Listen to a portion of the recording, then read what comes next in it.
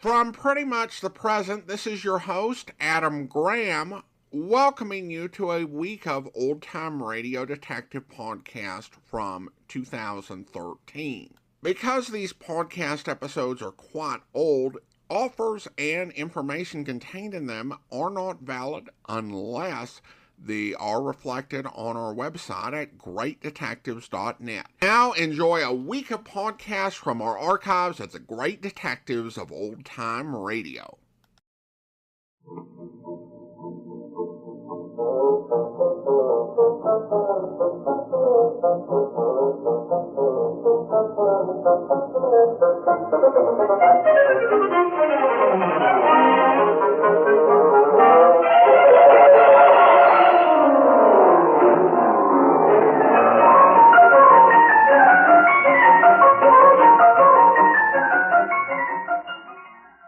Welcome to the Great Detectives of Old Time Radio from Boise, Idaho.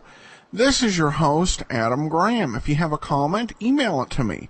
Box13 at greatdetectives.net. Follow us on Twitter at Radio Detectives and become one of our friends on Facebook, facebook.com/Radio Detectives. Before we do get started, I want to encourage you when you are making your travel plans to visit JohnnyDollarAir.com first. JohnnyDollarAir.com is a Priceline affiliate, so you can choose from great published specials, or you can name your own price on hotels, rental cars, airline tickets, and even more.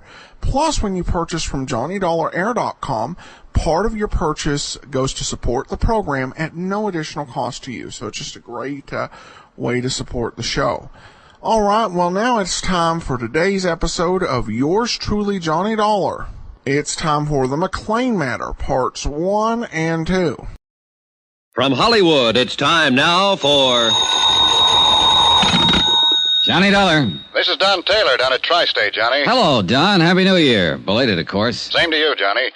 Listen, would you like to come over to my office and meet a pretty girl? Sure. Is she interesting? Very.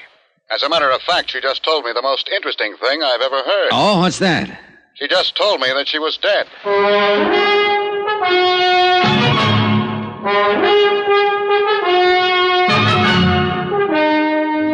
Tonight and every weekday night, Bob Bailey in the transcribed adventures of the man with the action-packed expense account, America's fabulous freelance insurance investigator. Yours truly, Johnny Dollar.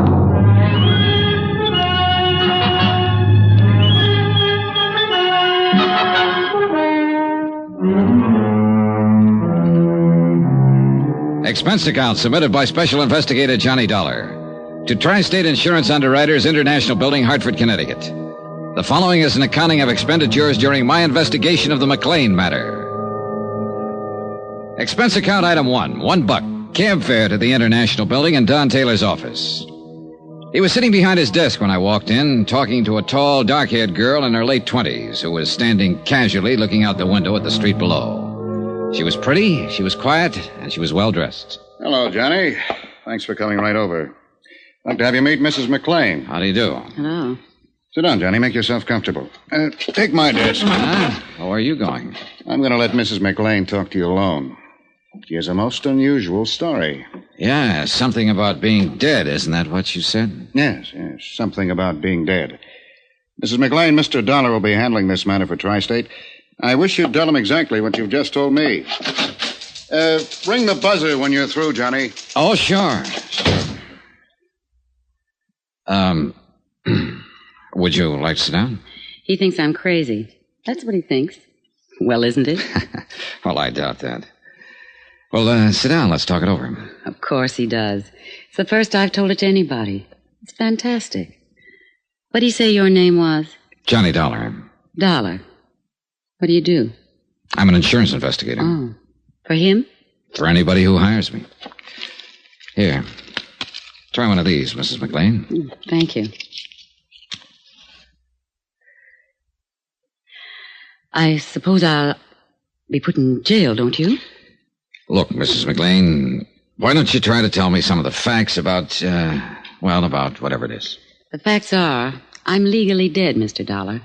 And my husband collected on my insurance policy. Mm-hmm. When did all this happen? 2 years ago in Los Angeles. How much money did your husband collect on your insurance policy? $10,000. Where is your husband? In Los Angeles. I suppose you tell me how it worked, Mrs. McClain. My husband's a doctor, Mr. Dollar. His name's Dave McClain. One night he had a patient come in, a girl. Oh, she was in pretty bad shape. She'd been drinking somewhere, and she just came in off the street. Saw his shingle outside the office. I was there helping Dave as a receptionist. Oh. Dave took her into one of the examining rooms to see what the matter was. She had a heart attack. She died on the table. Well, there was nothing he could do for her. Nothing anybody could do for her. Mm-hmm. She died on the table, and then what?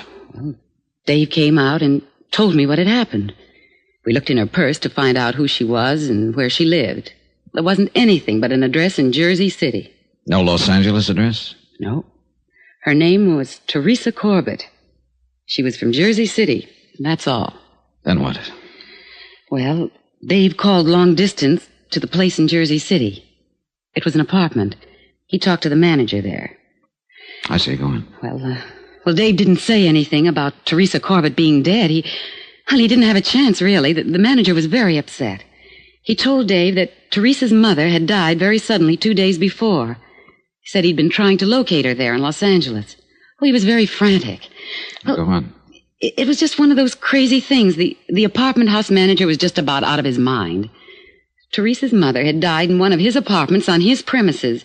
He himself had assumed responsibility for the body. He didn't know what to do about a funeral or anything else. He told Dave that Teresa was all the old woman had in the world. Nobody else. And Teresa Corbett was dead in your office at the time? Yes.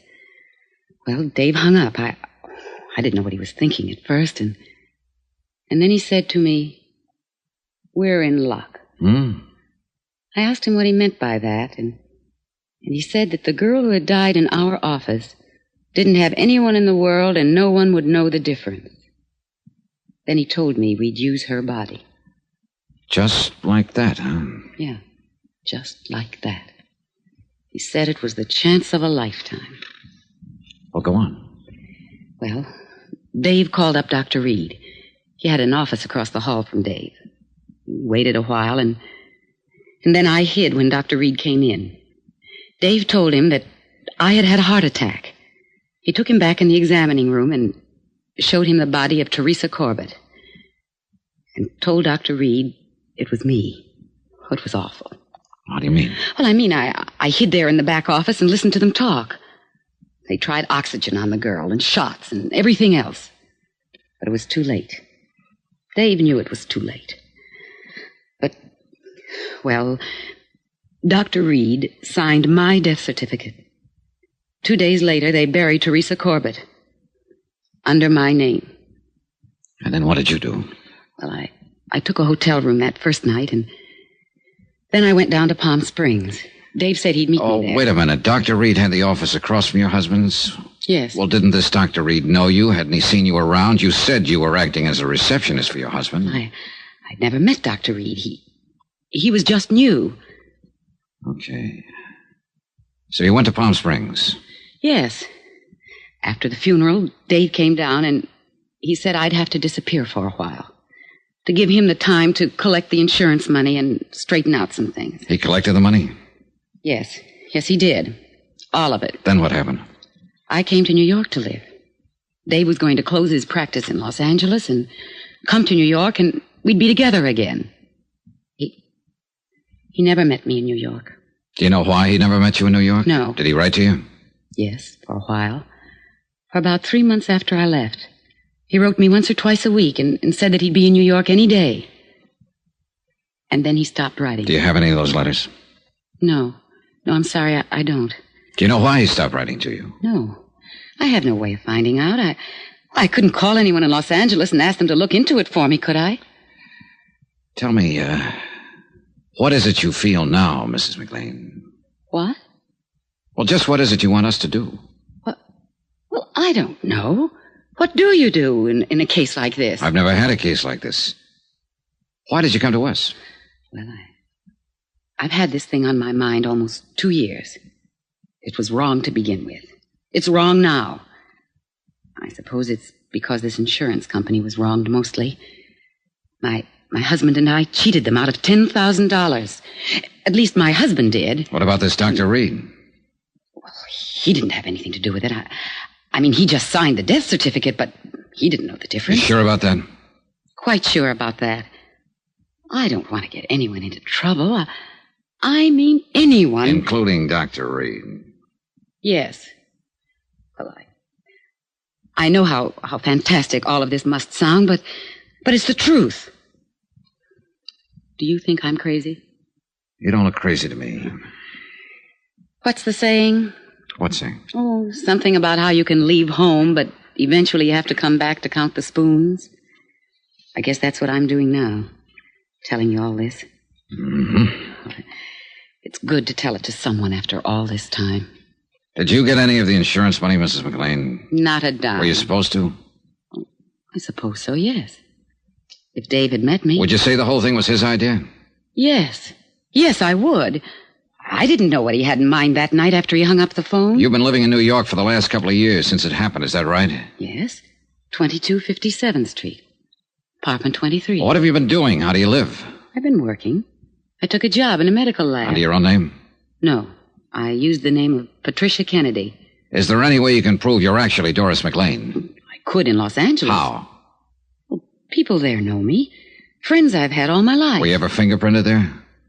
No, I don't think so. During the war, did you work in a defense plant, maybe? No. How about a California driver's license? I don't drive, no. Would you be willing to furnish me with a list of names of people who might be able to identify you?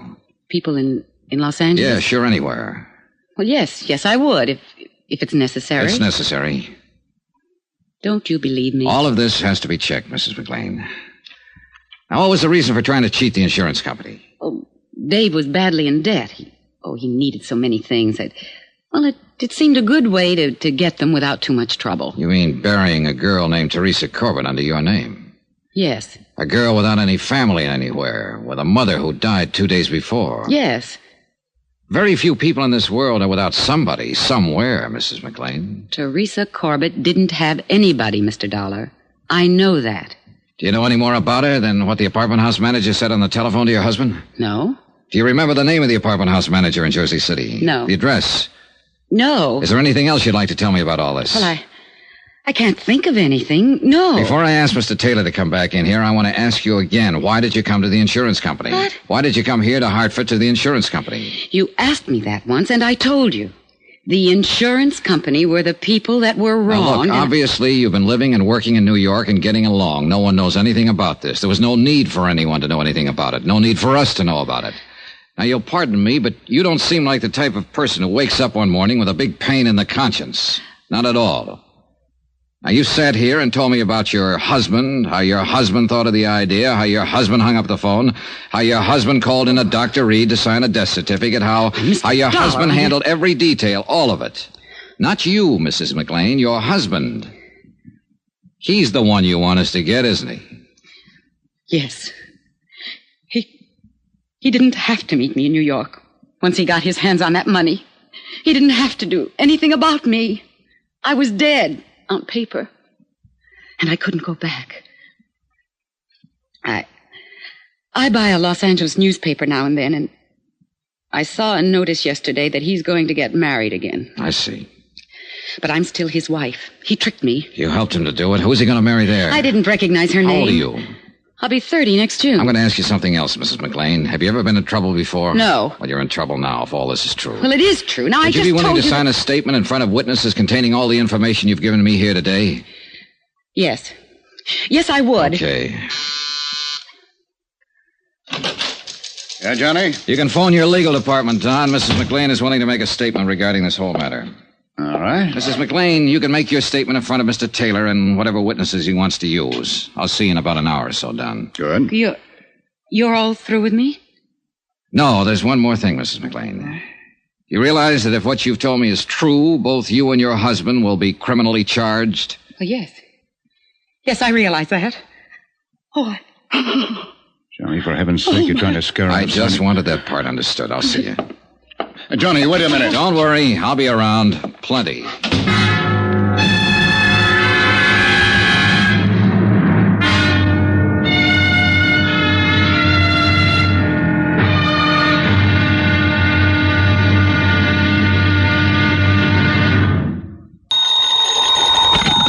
Johnny Dollar. Don Taylor, what do we do about Doris McClain?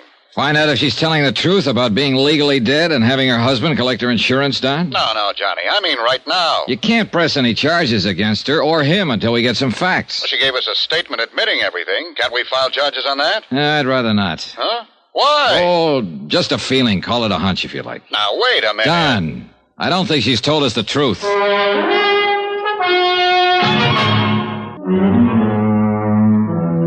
Expense account submitted by Special Investigator Johnny Dollar to Tri-State Insurance Underwriters International Building, Hartford, Connecticut. The following is an accounting of expenditures during my investigation of the McClain matter. A dead girl who was very much alive. Expense account, item 2, $5. Lunch at a little place called the Copper Kettle for myself and Don Taylor. I think we should act, Johnny. Yeah, well, I don't. Not yet. Look, I listened to her whole story. You listened only a part of it, so get this. She was married to a doctor in Los Angeles, Dr. David McClain. Yeah. One night, 2 years ago, a girl named Teresa Corbett walked into his office, a little drunk and a little sick. She had a heart attack. She died. The doctor found a name and a Jersey City address in the girl's purse. He called up the New Jersey address, and an apartment house manager told him the girl's mother, her only living relative, died 2 days before. Dr. McClain hangs up and tells his wife he'll bury the other girl under her name and collect the insurance. No sense in going into all this, Johnny. Now, wait a minute. Doris McClain agreed to this. Her husband calls in another doctor and has the death certified. Doris McClain goes to New York. Her husband collects the insurance. But didn't meet her in New York, as he said he would. 2 years ago this happened, Don. Today she comes in and says, I'm tired of waiting for him. We cheated you. Do something to us. She also said she'd read a notice that her husband's going to marry some other girl. Makes sense to me. Yeah, well, not to me, Don. At least not all of it. Why? Why not? What are you looking for? The holes, and there are plenty of them, Don. Look, for one reason, she told it the same way both times. For the second reason, if all this happened on the spur of the moment in Los Angeles, that is, the girl came into the doctor's office off the street and died suddenly, why would the doctor bother to call New Jersey? Why wouldn't he call the Los Angeles police, for instance? Because he had the insurance thing in mind? Well, what do you think? Now, look, Johnny, I think you're pushing too hard in here. I'm trying to tell you what we're up against. All we have to do is verify her story. Yeah, well, there's something cockeyed in the way it comes out. According to Mrs. McClain's statement, the doctor thought of the insurance trick as he went along. That is, after he called Jersey City and found out the dead girl in his office had no one else in the world because her mother had died a couple of days before. After he saw he had a good chance. Yeah? He wouldn't have known he had a chance to pull the trick if he'd done what he was supposed to do and called the Los Angeles police. Yes, but... Now, that's important. And look, here's another thing. Mrs. McClain says she was acting as a receptionist in his office when this strange girl came in. I don't know about you, but every receptionist I've ever seen in a doctor's office will ask you your name and address before you see the doctor. Mrs. McClain didn't do that at all. But... They'll get your name and address unless they already know it. Where's Mrs. McClain now? Over at the New Hartford Hotel. I asked Sam Benson to keep an eye on her until we file charges and take her into custody. Well, you can call him off. Now, look here, Johnny. Every word she has told us will have to be verified before we can take any action like that. Every word. I don't know whether I want you to handle this or not. It's okay with me, either way. Now, wait, Johnny. You want some more coffee? No, thanks. Let's not argue anymore. Okay, let's not. Mrs. McClain admitted she helped her husband cheat us out of $10,000. We've got that on paper. Look here. I made a check on the policy. We issued a straight life policy endorsed Mary McClain in Los Angeles, April 23rd, 1945. According to our records, Mrs. McClain passed away February 1st, 1954. Yeah. Claim was filed by the beneficiary, husband, David Earl McClain, M.D., February 4th, and paid off on the 10th. $10,000, full claim. Here you are. Uh-huh. That's a photostat of the death certificate attached. Yeah. Cause, coronary thrombosis. Now look at that signature. Dr. Willis Reed. That's the same doctor she said her husband called in. I know. What else?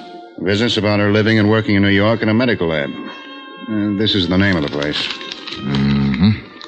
She said she'd used the name of Patricia Kennedy. Well, I put in a call to their personnel manager. I described Mrs. McClain to him, and he said that sounded like her. Checked out. She'd been with him almost 2 years. Yeah, that's about it. Well, I called the airport, and they'll get me out to Los Angeles by tomorrow morning. Thought it'd take a few hours in New York to check some other things out. Sure. That looks pretty definite to me, especially with her statement and all the things she said. So what have you got to worry about, Johnny? All the things she didn't say. Expense account item 3, $38.14. Transportation, Hartford, Connecticut to New York, New York. I checked my bag at Idlewild and took the limousine in as far as the Waldorf. Expense account item 4, $3, cab fare and tip. Number 22, 57th Street. Doris McClain's residence, where she'd lived as Patricia Kennedy, apartment 23. I talked to the manager. This is her apartment, Mr. Dollar. I see.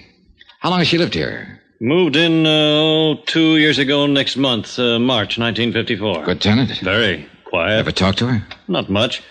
Christmas time, we had a drink together down in my apartment with my wife. First time I knew she worked in a medical laboratory. Mm-hmm. Does she have any friends in the building that I could talk to? Not that I know about. She keeps to herself, minds her own business. May I ask where she is now?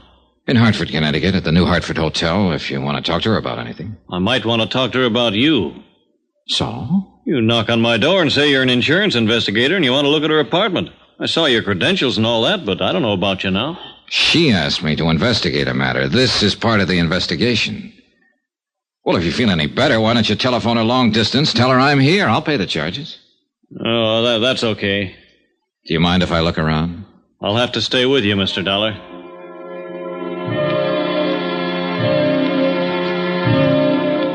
An hour later, I located a Mr. Platt at the Hyde Park Laboratories where Doris McClain had been working using the name Patricia Kennedy. His answers concerning her conduct, habits, and attitude were identical with those of the apartment house manager. I talked to 3 people who had been working with her in the lab. Same result. Expense account item 5, $2.25. Long-distance phone call to Don Taylor in Hartford. Yeah? What'd you find out, Johnny? All clear here. Her story checks out about living in New York. I talked to the coroner's office in Jersey City. Oh? According to their records, a Constance May Corbett, age 61, died there January 27th, 1954. Body unclaimed. County buried her. Coroner's office unable to locate the next of kin, a daughter, Teresa Mary Corbett, believed living in Los Angeles. Well? Well, what do you want me to say? Coincidence or not, this part of it all checks out. Yeah, I'll admit that. Thank you. You're welcome.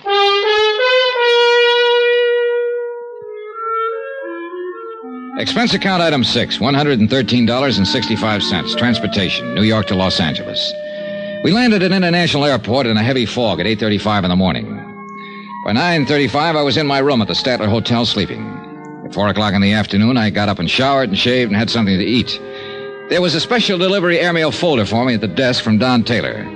It contained a flash picture of Doris McClain, a sample of her fingerprints and handwriting, along with the names and addresses of several people in Los Angeles Mrs. McClain thought might be able to identify her. Expense account item 7, $50. Deposit on a rented car to get around Los Angeles. The first 3 addresses furnished by Mrs. McClain were blanks. No one home or whoever had been there had moved a long time ago. It was beginning to get dark by the time I got to the 4th one, an address on Berendo Street in Hollywood.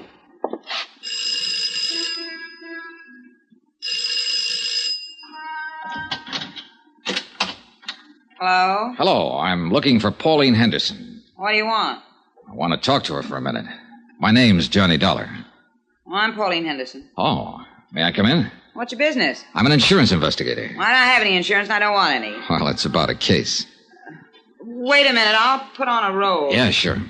Hope you aren't going to try to talk me into buying an annuity or something like that. No, nothing like that, Miss Henderson. Oh, all right. Johnny Dollar, huh? Yeah, that's right.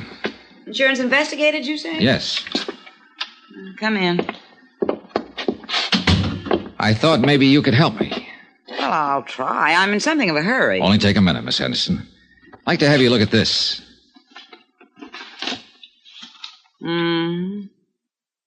Have you ever seen the woman in that picture before, Miss Henderson? She looks terribly familiar. Is the light all right? Yeah, I can see it. My lord, yes, I know her. Who is she? Well, that was Doris McClain. You're positive? Yeah, she was married to Dave McClain. He's a doctor here in Los Angeles. She died a year or so ago, very suddenly. Yes, so I understand. How well did you know Mrs. McClain, Miss Henderson? Oh, we were friends. I mean, we worked together in a medical lab here before she married Dave. How long did you know her? 5 or 6 years. What is all this? Just wanted to make sure this was Mrs. McClain. Pictures of her, all right. Yes. You know, I don't think you've been exactly telling me the truth. Well, I just had your name on a list, Miss Henderson. I was told that you might be able to recognize a picture of Doris McClain if you saw one. Who told you that? I'd rather not say. My, so mysterious. Well, I don't mean to be. You look nice enough. Is that all you want to know? Yes. Well, one more thing. When did you hear about Mrs. McClain's death? The day after it happened. I read about it in the paper. It was quite a shock. Doris was always so healthy. How did Dr. McClain take it? What? How did her husband take her death? Looking at a picture and saying yes and no is one thing. I wish you'd tell me what this is all about. Let's say I wanted to make sure this was Doris McClain, and I wanted to make sure she died 2 years ago. If I'm any authority, you can be sure of it. How about the other part?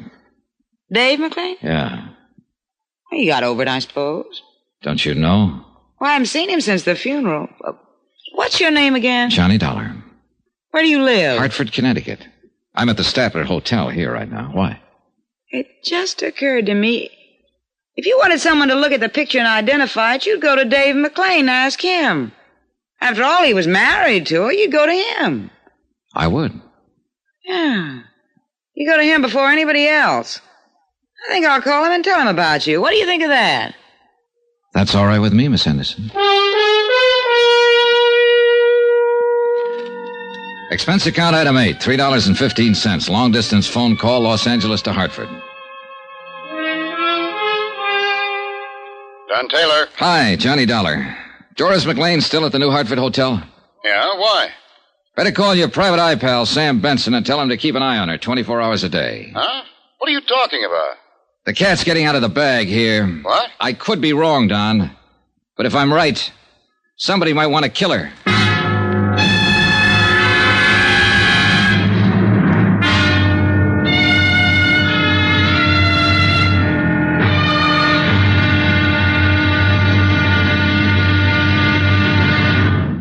Now, here's our star to tell you about tomorrow's intriguing episode of this week's story. Tomorrow, a bit of information about a girl who had a date to die. That's right. Join us, won't you? Yours truly, Johnny Dollar.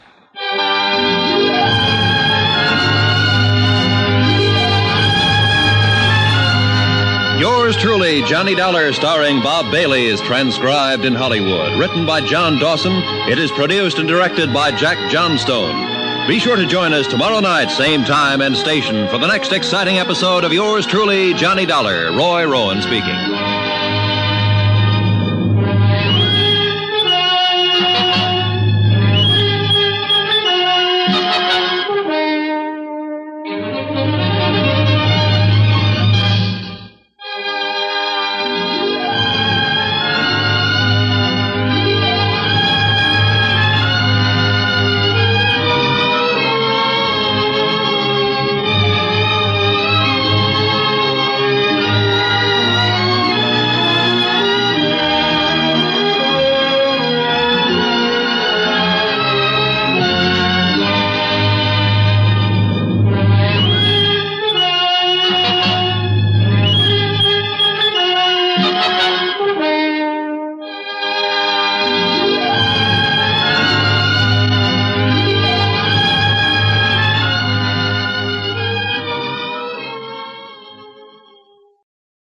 Welcome back. I love the questioning scene in part 1 of this story.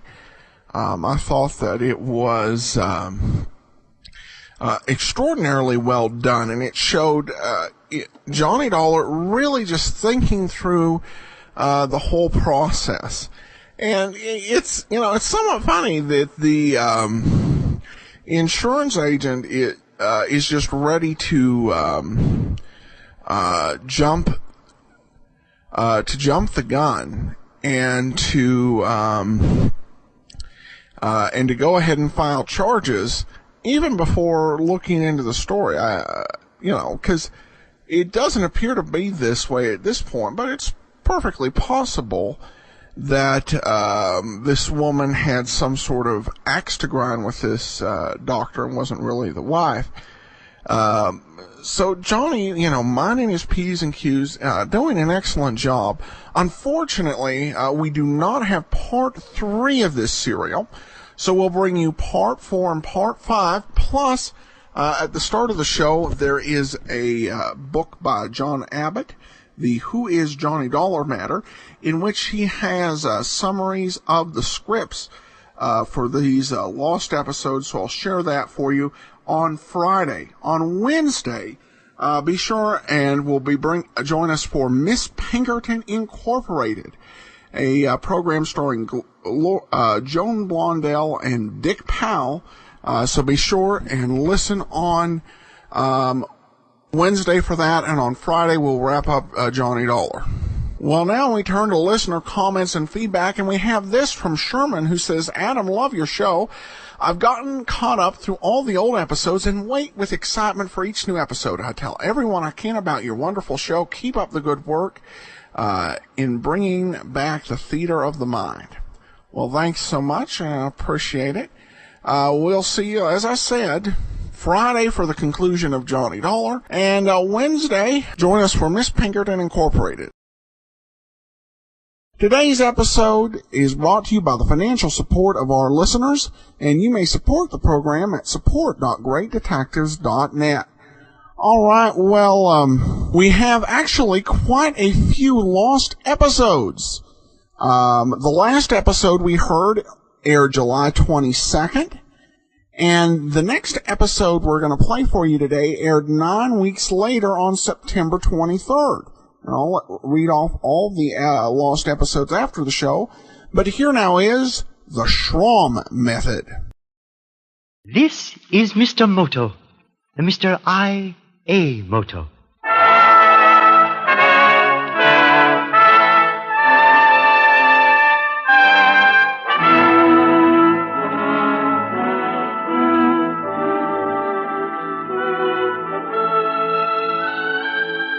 Once again, NBC brings you Pulitzer Prize winner John P. Marquand's fabulous and mysterious Mr. Moto, International Agent Extraordinary, the inscrutable, crafty, and courageous little Oriental whose exploits have endeared him to millions of Americans in another adventure in the world of mystery and international intrigue. Tonight's story concerns the Schraum method and stars Mr. Moto, Mr. I.A. Moto.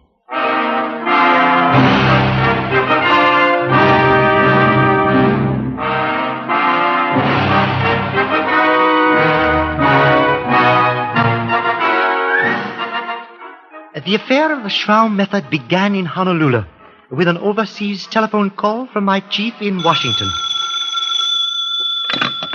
Mr. Moto speaking? Moto, this is Captain Beresford. Oh, yes, Captain. Tell me, how quickly can you get to Hong Kong? I believe there is a clipper leaving this morning. You get on it. You're to contact a man named Max Mason. He'll be registered at the Victoria Hotel on Regent Street. And my assignment, sir? Well, this Mason is senior partner of a firm called the Inter-Ocean Company. They're importers of tea and spices. Yes. He discovered his Hong Kong representative has been short-weighing his cargoes. Thinks it may be a blind for a major smuggling operation. We were going to send a man out there with him, but he jumped the gun on us. His wife says that he got himself all worked up against this crooked representative of his, and that he may get himself into trouble. So see if you can head him off and learn what's really cooking out there. Very well, Captain Beresford. I will do my best.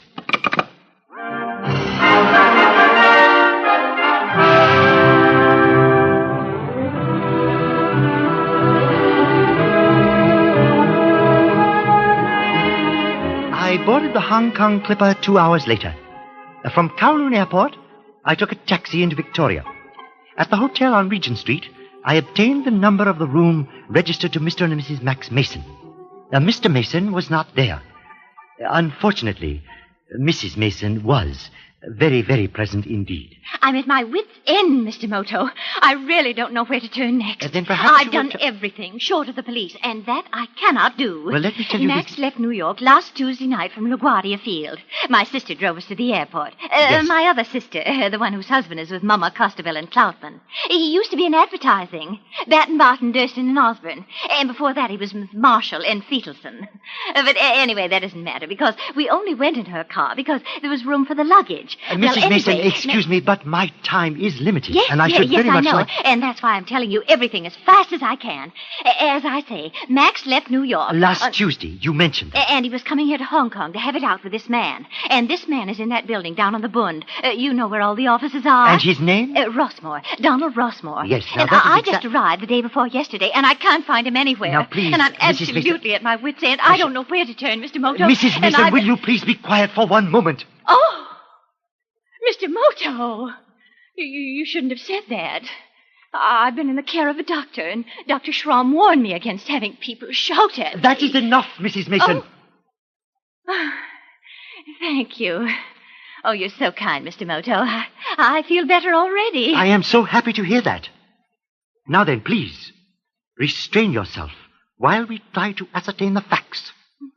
Your husband is the senior partner of a firm called the Inter-Ocean Company. Now, please, give me the name of the other partner and remain silent until I ask you another question. Charles. That's better. That's his last name. Really it is. Stuart Charles. And I'm Laura Mason, Max Mason's wife. Now, what is the name of the man your husband came to see? Donald Rossmore. That's what I was trying to tell you, Mr. Moto, only you insisted on changing the subject all the time. Well, Max said that he was going to force this Donald Rossmore to give himself up and take full responsibility for everything, or he'd kill him. And I tried to get in the office to see, but it's locked. So I was hoping that maybe you could get in, because Dr. Schraum, he's my analyst, says that you should always face your problems squarely. And if Max has killed Mr. Rossmore, then I must face it. Very well. I will investigate the matter, Mrs. Mason. I'll let you know if I find out anything. My fate is in your hands, Mr. Moto. You won't forget me. I will keep you informed, Mrs. Mason. But do not call me. I will get in touch with you. But, Mr. Moto... Good day, Mrs. Mason.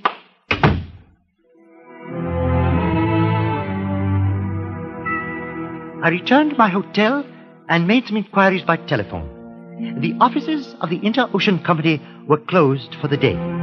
Mr. Rossmore was not at his home, but was expected momentarily. I left my number and was on the point of going out to dinner when there was a knock at the door of my room. Mr. Moto? I am Mr. I.A. Moto. Thank you. My name is Dr. Schraum. I come from Prague. My credentials. Vienna Institute of Psychoanalysis. What is your problem, Doctor? That question is most amusing. You say to me, what is your problem, Doctor? I find I do not resent it. So, in New York, I have been treating this patient, Mrs. Mason. She fancies in her sick mind that her husband wishes to kill a man. I followed her here. So, I must know, what did she ask you to do? I am not obliged to answer that, Doctor, but since she mentioned your name in connection with it, she wished me to accompany her to a certain office. Aha. And she thinks there is a dead man in there and that her husband killed him. Yes, she seemed to entertain some such fear. Ah, yes. Complete relapse. She has this fantasy, Mr. Moto. Ha! I have it. We will try a therapy, you and I. The Schraum method. The Schraum method? A shock treatment of the emotions. Now, you will do as she asks. Go to the office with her, break in, and there on the floor will be I. So, now you are Mrs. Mason. I am the dead man. Now, what is the first thing you feel? Perhaps you had better tell me, Doctor. So, first you see the body. It is Mr. Rossmore. Your husband has killed him. No, it is your husband. You have killed him. Success, relief, remorse, shock. Then I get up. Please, give me a hand. Oh, yes. Here you are, Doctor. There you are. Now I am the doctor again. I grasp your hand in mine, Mrs. Mason. You are cured. Here is the bill for my services. Goodbye, dear, brave little woman. What are your consulting fees, Dr. Moto? I am afraid you are laboring under a mistaken impression, Doctor. I am... Mistaken? I? I tell you, the Schraum method never fails. I do not question that, Doctor. However... Good. 8 o'clock, then. You accompany Mrs. Mason to the office of Rossmore. Please be prompt. Remember, success, relief, remorse, shock. You are cured. 8 o'clock.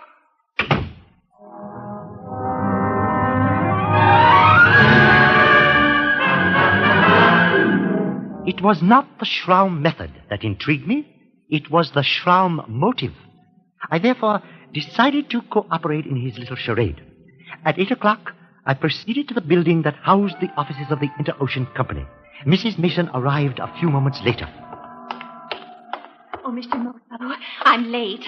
I'm sorry, but I could hardly bring myself to come at all. Yes, I too had some misgivings, Mrs. Mason. Shall we go in? All right. I suppose we should. Yes. Do you mind if I hold on to your arm? Please do. I feel a little shaky. Oh, I hope I don't go all to pieces in front of the elevator man. I am sure you will not, Mrs. Mason. Now, please. Building's closed for the night. My husband's working late. The Inter-Ocean Company. Oh, him. He left orders nobody was to go up. Well, I expect it's okay for you, Mrs. Rossmore. I don't trust him, Mr. Moto. Did you hear what he called me? Please, try to remain calm, Mrs. Mason. Always a bit dark, Mrs. Rossmore. Like me to turn on some light? Oh, no. No, please don't. I know the way. Whatever you say, Mum. You say you know the way? Right down here. Ah. In here? Yes. Can you unlock the door? It appears to be a simple lock. Let us see. Oh, I'm afraid. I'm afraid to go in. It's dark. Now, one moment. Here is the light switch. Max! It's my husband. Rossmore killed him. No, it's Rossmore. I killed him. All right, Doctor. You can get up now. Dr. Schraum? He was lying with his head turned away and resting in the crook of his arm. I leaned over and tugged at his shoulder. It was stiff. I saw his face. It was not Dr. Schraum. And he had been dead at least 3 days. I searched him, but found no identification. In his vest pocket was a small, unattached gold key, which I transferred to my own pocket. Then I turned back to Laura Mason. She was gone. I reached the hall just as the door of the service elevator slammed shut. I did not know whether Laura had entered it, but Dr. Schraum was walking up the hall in my direction. I have been delayed. Interviews with the press. So much excitement. Yes, indeed, Doctor. Now we proceed with our experiment. Laura, where is she? She has already sampled the Schraum method. How? Success, relief, remorse, shock. Is that the proper order? Who is that at the floor? You have called in another consultant after engaging me? He was called, Dr. Schraum, but not by me. Who is it? Who is it? He's dead. Do you know who that man is, Dr. Schraum? It must be Rossmore. She had this irrational fear that her husband would kill a man named Rossmore. A delusion, of course. A mere fantasy. Mr. Moto. Yes, Doctor. Mr. Moto, is it possible that her fears were not irrational? 15 minutes later, the police arrived in response to my call. 30 minutes later, Mr. Rossmore's wife arrived to identify the body. She took one look at the body on the floor and turned away. I had the curious impression that she was disappointed. It's not my husband. Did you know him at all, Mrs. Rossmore? No, I never saw him before. You are quite sure of that? Positive? Never saw him in your husband's company? Mr. Moto, the lady has said no twice. Thanks, Inspector. Can I go now? Not just yet, no. Yes, what is it? Mrs. Mason. Oh, bring Mrs. Mason in here, please. Oh, Mr. Moto, I'm sorry to be such a coward, but I felt I just couldn't face it without Dr. Schraum, and I couldn't find him anywhere, so... Why, you were here all the time, Doctor. No, there is no cause for alarm, Laura. So I brought Mr. Charles instead. Stuart, this is Mr. Moto. Ah, yes, you were Mr. Mason's business partner. Is that correct, Mr. Charles? Yes. And I'm certainly glad that you were on this case, Mr. Moto. You have a reputation for getting results. Thank you very much. I'm Inspector Harkness, Hong Kong Police, Mr. Charles. How do you do? I shall want a statement from you later. Anything I can do, Inspector. That woman. Who is that woman? Laura, please, you must analyze these aggressions, not act them out. That's all right, Doctor. I'm Mrs. Rossmore, Mrs. Mason. Mrs. Rossmore? She's the wife of the man who killed Max. Did you know that, Stuart? Have we met before, Mrs. Rossmore? Why, no. Not that I recall, Mr. Charles. Tell me, do you think my husband killed him? That is for the inspector to say. It's a bit too early to draw any conclusions, Mrs. Rossmore. In the meantime, we shall have to ask you not to leave the colony. Sergeant, you please drive Mrs. Rossmore home. Thank you, Inspector. Mr. Moto... I will call on you later, Mrs. Rossmore. I'll be home all evening. Yes, very well. Now then, if the rest of you will just make yourselves comfortable, I have a few questions. Oh, thank you. They're purely routine, of course. Hardly routine, Inspector. This is more than a case of murder. Would you care to explain that remark, Mr. Moto? I can do so very, very briefly. Mr. Mason was killed because he had learned that Rossmore, who ran the Hong Kong office of his firm, was engaged in a vast smuggling operation, which was a matter of grave concern to my government. I see. Well, then perhaps you had better take over, Mr. Moto. Inspector, as Mrs. Mason's doctor, I must absolutely insist that she not be required to answer any questions at this time. You see, she had this delusion that her husband was going to kill Rossmore, and the shock of thinking it had come true has unsettled her. You led me to believe it would have the opposite effect, Dr. Schraum.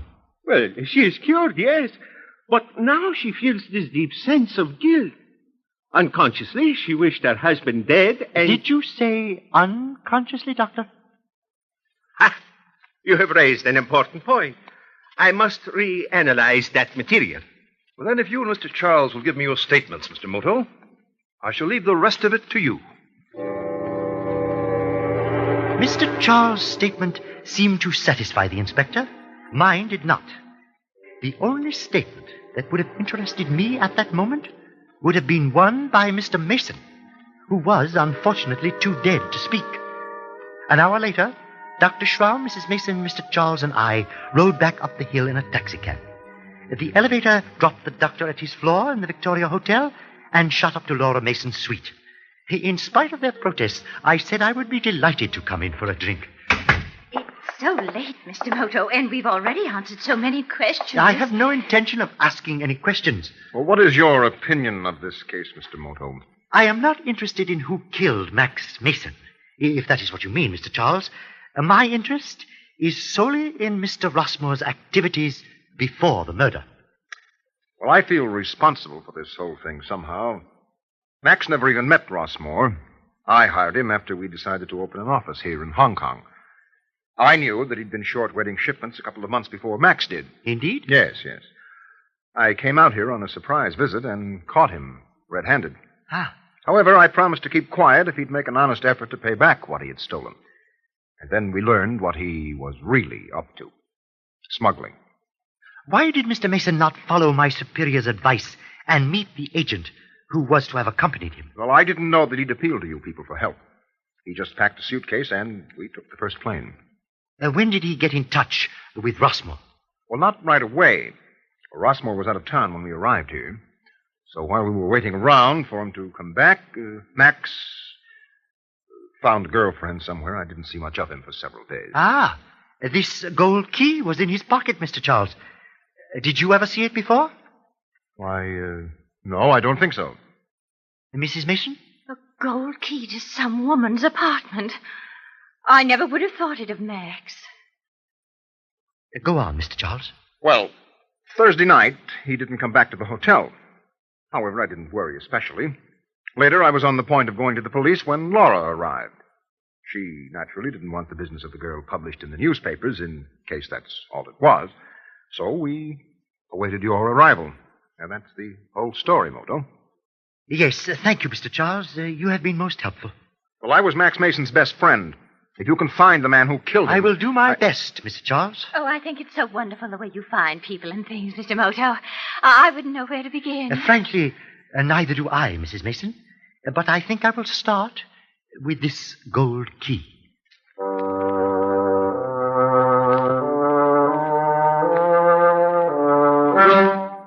The late Mr. Rossmore's apartment was on the ground floor of a converted mansion near the summit of Victoria Peak.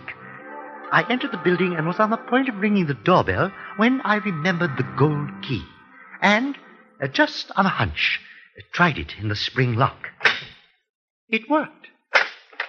What's the big idea? You've got a nerve busting in here like this, picking locks on doors. I am so very sorry. Here is your key, Mrs. Rossmore. Oh.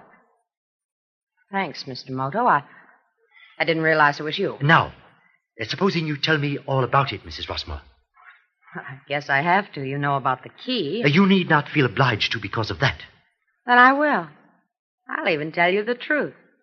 Sit down. Yes, thank you. Max Mason came here the first time looking for my husband. Huh? The next time, he came to see me. Now, he's a nice guy, only kind of mixed up like me. Told me his wife was involved with some other guy in the States. He'd sent her to a psychiatrist to get over it. He was really broken up about that dame. After seeing her this afternoon, I wonder why. But then how did I ever get mixed up with Rossmore? Tell me about Mr. Rossmore. Do you have a picture of him? He burned every last one of them before he lambed out, even the one I had of him. Not that I cared about it anymore, but he ruined the frame, and it was a good one. Yes, speaking of frames, Mrs. Rossmore. I thought of that, too. No, he's guilty, all right. The morning he got back, he said he had an appointment with Max Mason, and he didn't know what he'd do if Mason threatened him with the police, but he'd kill him if he had to. Yes, if I may say so, that sounds a little pat.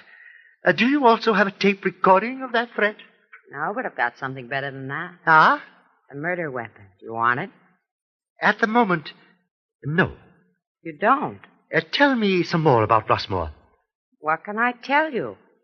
Looks, he was hefty like a football player, had I sandy meant hair. the man himself, his character. Well, that was the surprise. Oh, he looked jolly enough. Maybe he was at the club or those late dinners with visiting firemen or on those trips back to the States, but at home he stayed here, cooped up in that office. He never took me out or anything, had no friends, and resented my having any. He made trips to the States, to New York? Sure, I drove him to the airport lots of times. Strange he never called on Max Mason there. He didn't. Why, he told me he did. Did Mr. Mason say so? He never said one way or the other. Mason's partner, Mr. Charles, says that Mason and your husband never saw each other. Huh, that's funny. How do you do? Bang, bang, you're dead. Do you think you'll ever see your husband again? No, and I'm glad. I was beginning to have the same idea. You mean you think he's dead? I do not think Mr. Rossmore is alive. But what makes you Do think... you mind if I have a look at your husband's room? Well, not at all. It's just in here. Yes, thank you. Say, there's something in that wastebasket I didn't notice. Ah. Very interesting. What? This seems to be his birth certificate. Born Hankout, China. Funny he didn't burn that. Do you recognize this snapshot? Oh, it's his parents. They were missionaries in China. And the child? That would be Rossmore as an infant, no Looks doubt. like him. Yes, American passport. Photograph torn off. He really intended to get lost. The fireplace appears to have been used recently. The nights are cool sometimes in Hong Kong. Say, if he burned any papers or anything, aren't there ways to dope out what they were? No special process is needed for these. Cancelled checks, bills of lading, a very fine record of Mr. Rossmore's smuggling activities. What are you doing? Burning the contents of this wastebasket. Isn't it incriminating or something? Yes. In fact, I have never known a criminal to take such pains to incriminate himself. I note that he even left a number of very clear fingerprints on the glass ornament there, on the desktop. I'll just get rid of those, too, while I'm at it. Why are you doing all this? I think you know the answer to that question, Mrs. Rossmore, and if you have any plans involving Mr. Charles, I warn you, he is a very, very clever man. So you think I'm lying? No, but I do not think you are telling the truth. And you do know the truth, don't you? I think I do. It's worth plenty if you'd throw in with me. Thank you, but the answer is no. Scared of him? Apparently you are not. Not a bit. I am sorry to hear that, Mrs. Rossmore. Why? Because you are basically a very nice person I would like you to remain alive. Well, nobody can say I didn't try. Do you want that revolver now? It's the murder weapon, I'm pretty sure. Where is it? In his bureau drawer. One shot fired out of it, and when he left it there, it smelled of powder. That will be it. It will be registered to Rossmore and will probably have his fingerprints all over it. However, it may interest the Hong Kong police. That's funny. What is it? Come here. Yes? It's gone. I put it back here after the police left. I know it was Mrs. here. Rossmore! What? Watch out! Mrs. Rossmore! Mrs. Rossmore! You were right, Mr. Moto. You were so right. I am so sorry. So very, very sorry. They're nice, too. Stay alive. The gun had not been in the bureau drawer because it was in someone's hand outside the bedroom window. I was still leaning over Mrs. Rossmore when the gun dropped inside the room and spun across the floor. Since there was nothing further I could do for Mrs. Rossmore, I made a thorough search of the apartment. I did not intend to call the police until I was quite sure I had destroyed every clue to Rossmore's identity. Then I wiped the fingerprints off the gun and hid it. The only evidence I preserved was some photographic equipment in a closet, a small can of rubberized gelatin, and an alcohol lamp. Then I made a telephone call, not to the police, but to Mr. Charles' room in the Hotel Victoria. Hello? Mrs. Mason? Oh, who is this? This is Mr. Moto. I have found Rossmore. Rossmore? I don't understand. I mean, how? Where? He shot his wife through the window of their apartment. I gave chase and caught him. Has he confessed? No, I was forced to shoot him. He died before he could make a statement. But Mr. Charles should be able to identify him. Stay there, Mr. Moto. We'll be right down. And Mrs. Mason, you had better bring your doctor. Seeing Rossmore may be quite a shock to you.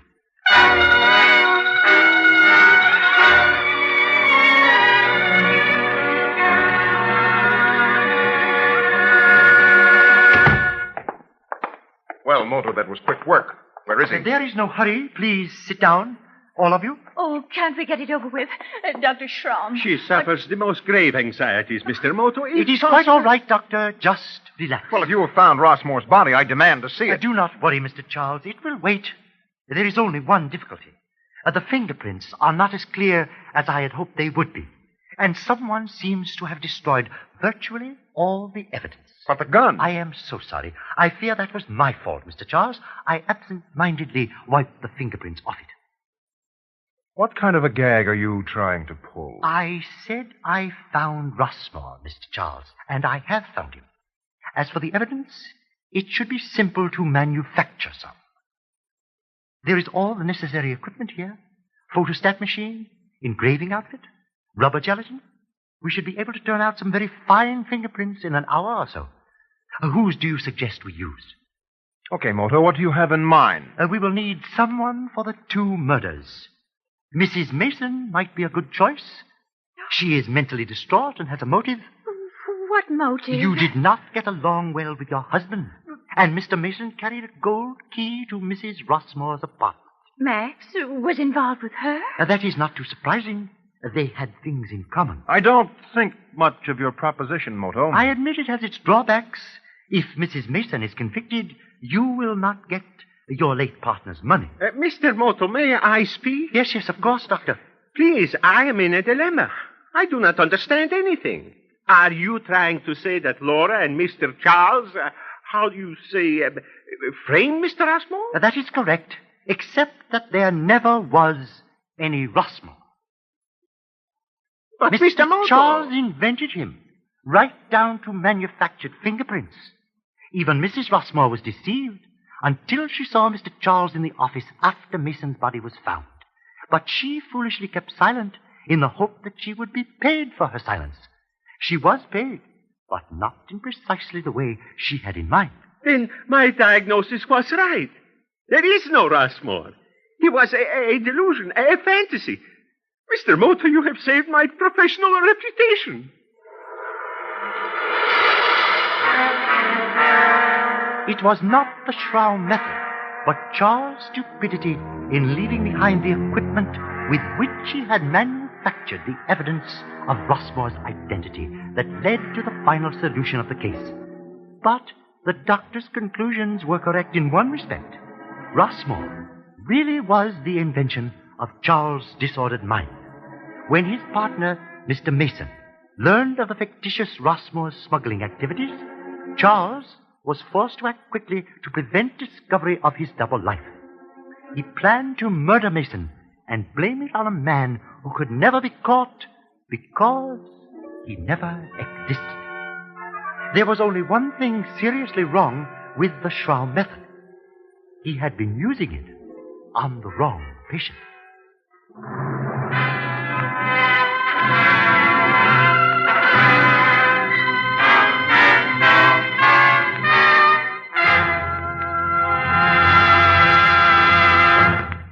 You have just heard the world's greatest secret agent, Mr. I.A. Moto, in The Schraum Method.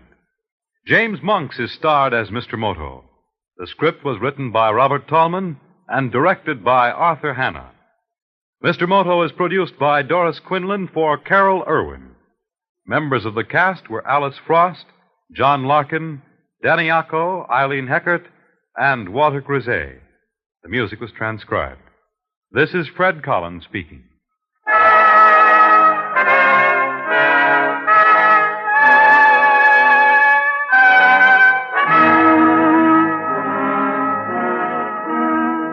And here with a preview of next week's story is Mr. I.A. Moto.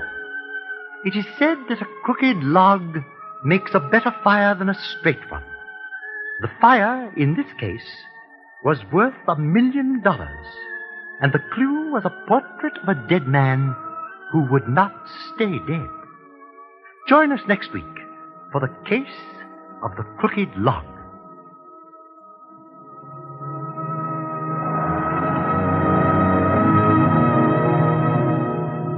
And now, may sleep fall upon your lidded eyes as lightly as the falling of an autumn leaf. And may your dreams be as a fragrance of sandalwood in the clear air of an October morning. Good night. Welcome back. Well, this was kind of an interesting twist. And much more of a traditional detective story. And I've not listened to the rest of these programs. And but I'm wondering whether they went to a more traditional detective format to perhaps increase ratings. But this one was really good, and I was kind of on the fence about whether to play this one or not. And I listened to the Schraum Method, and that clinched it up because I thought it was such a great mystery. Definitely had to bring you that. We are getting to the end of this series. We have only 3 more episodes of Mr. Moto. So coming in 4 weeks, we will be bringing you Mr. Malone. So be sure and be listening for that. Coming in 4 weeks. Now we turn to listener comments and feedback. Patrick writes in, I was wondering if Orson Welles' Black Museum or Whitehall 1212 was going to be on your schedule of shows. I love the shows and your informative commentary. Well, thank you so much, Patrick. I love Black Museum. Whitehall 1212, at least the episode or so I listened to it, was a little drier. But I loved Black Museum with Orson Welles. It doesn't quite fit in with our overall scope. I have been thinking that we might, we're doing these listener request days during our upcoming listener support campaign. And I was thinking we might, actually, have a, listener request day on a future, listener support campaign where listeners could, request any program not limited, to detective shows, but that would be on, a future support campaign. So stay tuned for more, but we don't have any plans to run through these whole series because they're more documentary crime series rather than detective series. Finally, we have a tweet. Val sends along this story from the Londonist, and the report says a well-known mansion in Charterhouse Square was badly damaged by fire over the weekend. Florin Court is an elegant Grade 2 listed 1936 residential building designed by Guy Morgan and comprising 120 flats. The fire broke out on Saturday evening in a first-floor flat. All residents were evacuated, and there are no reported injuries, thanks to a quick response from the fire station. Serious damage was limited to the first floor flat, with smoke damage to upper floors. It was noted that the block is widely known as the fictional residence of Hercule Poirot in the long-running ITV and film adaptations, where it takes the name Whitehaven Mansions. Residents enjoy basement swimming pool, roof terrace, gym, and sauna. So some damage to the traditional Poirot apartment that people have enjoyed on so many great ITV programs. And the 13th series of Poirot is actually underway in the UK, so those of us in the States should soon be able to hopefully watch their adaptation of Elephants, Can Remember, and the rest. All right, well, thanks for the tip, Val. That will do it for today. Join us tomorrow, not for Johnny Dollar, but for Miss Pinkerton Incorporated. And then join us next Tuesday for another episode of Mr. Moto. Oh, I forgot to mention the lost episode titles. Well, here they are. The ones that we missed: The Wheel of Life, Waltzing Matilda, The Beauty and the Avenger, The Shing Tsung Fan, The Three Numbers, The Unhappy Firebug, The Blue Cigarettes, and The Cants of Kalua Nioe. So, alright, well, that'll do it for today. We'll see you back here tomorrow. Today's episode's brought to you by the financial support of our listeners. Thank you for your support. You can support the show at support.greatdetectives.net. Well, as I have mentioned a few times, today is going to be a little different than our typical Wednesday episode. Usually we do 2 episodes of Johnny Dollar on both Monday and Wednesday, and then 1 episode on Friday. But because there are only 4 episodes of this week's serial in circulation, we're going to go ahead and do just 2 episodes on Monday and Friday, and then something else on Wednesday. Today's program will be an episode of Miss Pinkerton Incorporated, and it's one of the older programs we've aired. The original air date was July of 1941. The program was a CBS origination. It was a sustaining broadcast, and it starred Joan Blondell and her then husband, Dick Powell, of course famous for Richard Diamond and for Rogues Gallery, which we've heard. The show's definitely in the detective comedy husband-wife scheme of things, and we'll talk more about it afterwards. This is the first episode, and sadly the only one in existence. So, without any further ado, from July 12th, 1941, here is Miss Pinkerton Incorporated.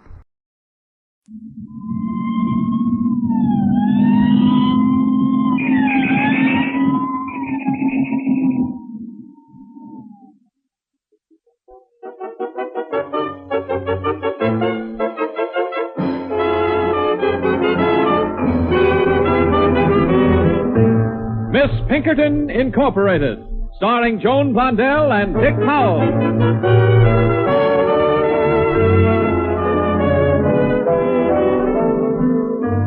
We present the first in a new series of half-hour comedy detective dramas, complete in each episode, yet featuring the same principal characters in situations of adventure, thrills, and romance.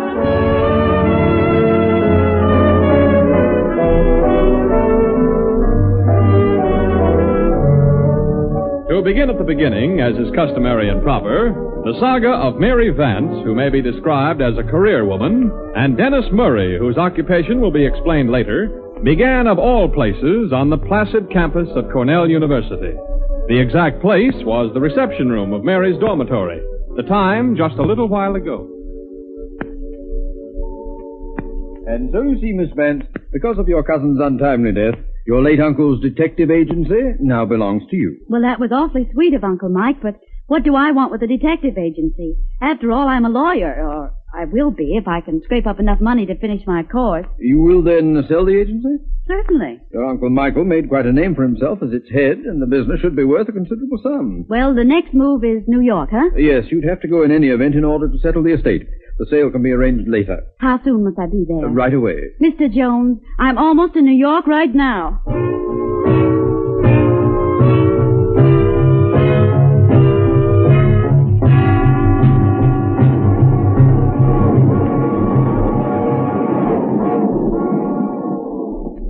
I beg your pardon. Is the seat taken? I don't see anyone in it. May I sit down? As long as you paid your fare, I don't see why not. You don't mind if I sit on your books and magazines? Oh, I'm sorry. I forgot. There you are. Thank you. No, I see you're reading the case of the missing thumb. Like it? Why, did you write it? Oh, no. Just read it myself a few weeks ago. How nice. Well, it's not a bad mystery, but it falls off toward the end, don't you think? I don't know. I haven't gotten that far. Want to know who done it? No, I don't want to know who done it. I just want to read my newspaper in peace. Do you mind? Oh, no. How's Superman doing today? Yeah. See for yourself. Thanks. You're welcome. Oh, that's Superman. What a president he'd make. Oh, my. These streamlined trains are certainly quiet, aren't they, huh? I said these new trains are not at all noisy, are they? No, and I wish I could say the same for you.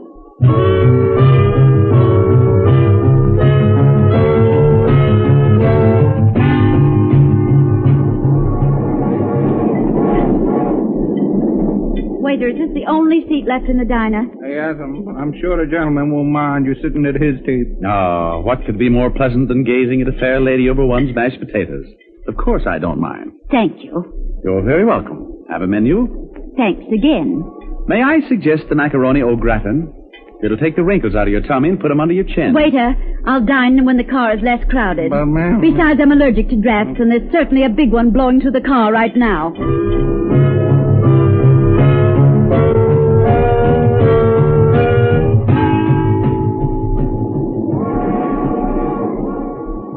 And so we leave the diner and we're back in the club car where our beautiful friendship had its beginning. Look, don't you want to lie down and play dead? Oh, come. We've 3 hours of travel ahead. Why not break down and get conversational? I'm not on the make, honest. Said he with a leer. Really, I'm not. Now, what's wrong with a little conversation to make a train trip shorter? Nothing, I suppose. My name is Dennis Michael Murray. What's yours? It's Esmeralda. Esmeralda Higgins. Esmeralda Higgins. Well, it's a pretty name. Thank you.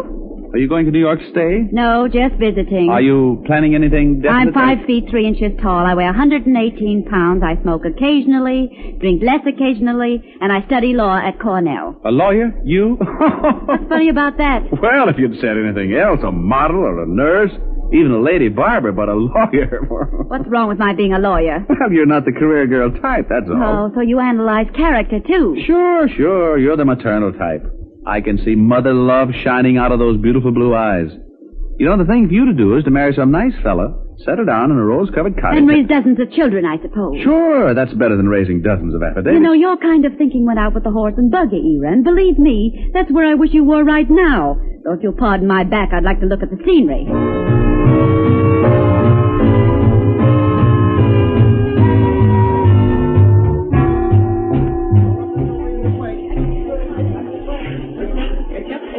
Well, Miss Higgins, we've come to the end of our journey. But that shouldn't end our friendship, now should it? I don't see why not, Mr. Mulligan. Murray.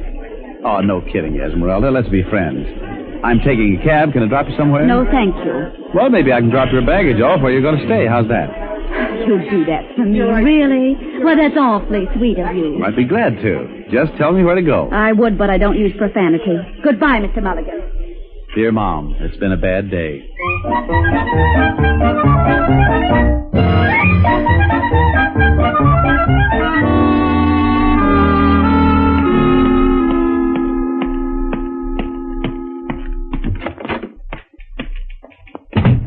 That's Detective Agency. I'm sorry, madam, but if you want us to trace your husband, you'll have to come to our offices and make the usual arrangements. I know, madam, but yeah, until 5 o'clock. Yes. Vance Detective Agency. I'll see if he's in. Pardon me, but I'm here to see Mr. Parker. Second door to your left, please. Thank you.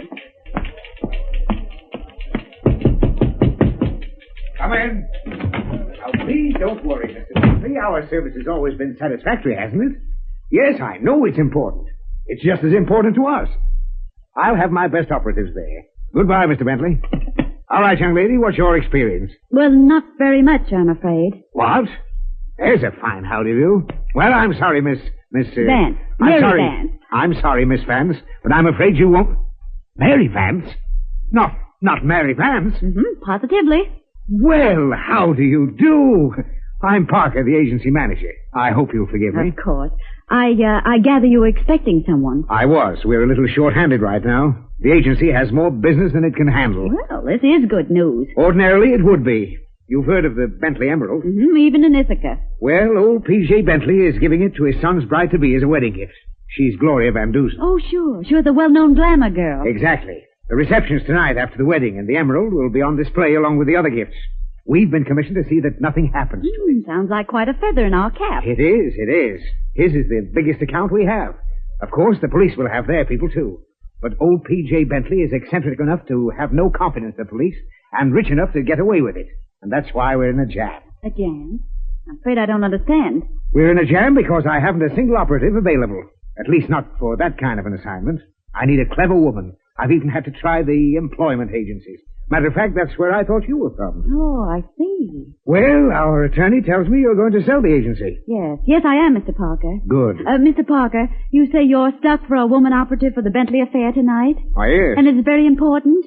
You shouldn't pass up this job? That's right, but And you need a fairly intelligent young woman who looks well in evening clothes, who can pass for a member of the smart set, who can be trusted to keep her eye on the emerald. Is that correct? You sound as if you were applying for the job. I am. You're what? Applying for the job. Do I get it? Oh, please, Miss Vance, you're joking. I'm not joking. After all, I own this agency. I must have its welfare at heart. But you don't know anything about this kind of work. But this is a crisis, and I think I can help. You're not a detective. Oh, I know that, but I've studied quite a bit of criminal law, and I think I'll do just as well as somebody you'd get from an employment agency, if you got someone. Now, Miss Vance, I must insist Now, just that a minute, Mr. Parker. I own this agency, and I'm in a better position to insist than you are, and that's just what I'm doing. Okay, Miss Vance. You're the boss. You'll need a license, and I'll assign one of our men to stand by and keep an eye on you while you're keeping an eye on the emerald tonight. He's not the type for this kind of a job, but he'll have to do it. We'll manage. I hope so. Yes, sir? Send in Bingo Doherty.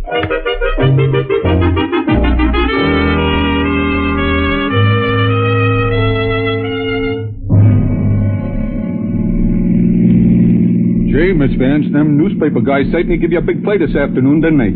When you got your license, I mean. Yes, Bingo. I never saw so much gallantry in one place before. Murder. They sure went to town. Too bad all that ballyhoo's going to be wasted. Yes. Look, Miss Vance, are you really going to sell the agency? Why don't you run it? Now, do I look like a gumshoe? No, Bingo. I'm studying to be a lawyer. The agency wouldn't be any good to me, and I wouldn't be any good for it. After all, it's no business for a woman. Yeah, I guess you got the right idea. I know I have. Only, gee, it's kind of shame. Your Uncle Mike run the joint for 25 years, and the name of Vance in the detective business has been like a institution. In other words... I know, Bingo, but that's the way things work out sometimes. Yeah. Ain't life sordid, Miss Vance?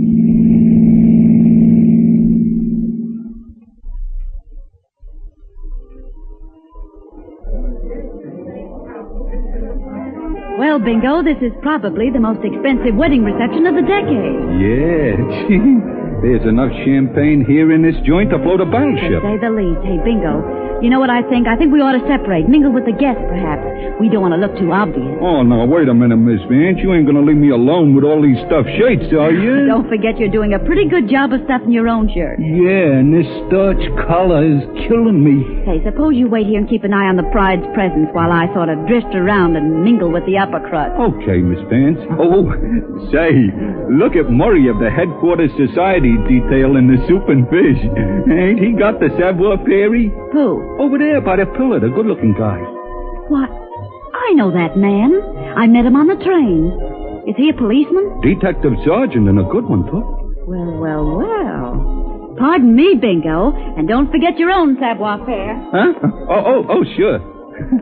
Gee, if the guys at Barney's bar could get a gander at me now, they'd swear I was getting, class conscious. Murder.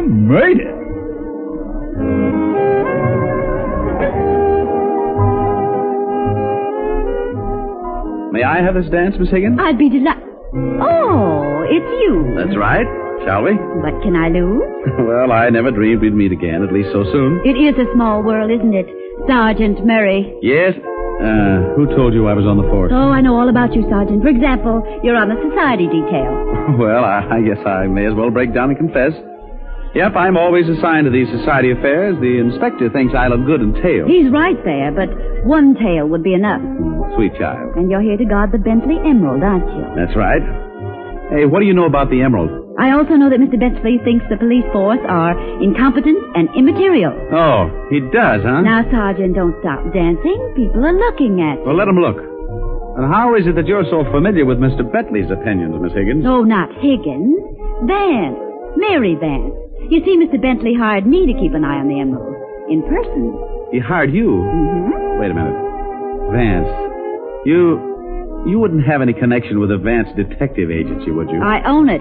You? Woo, from mouthpiece to gumshoe in 48 hours. Oh, lady, you change careers more often than I do shirts. What's wrong with my being a private detective? No, now, don't stop dancing, Miss Pinkerton. I mean, Miss Vance. People are looking. Really, Sergeant, I think you're afraid of a little competition. Oh, sure. I'm afraid to pieces, but not of competition. Now, look, Esmeralda. The name is Mary. All right, Mary. Now, kidding on the square. Go back to your law books, but fast.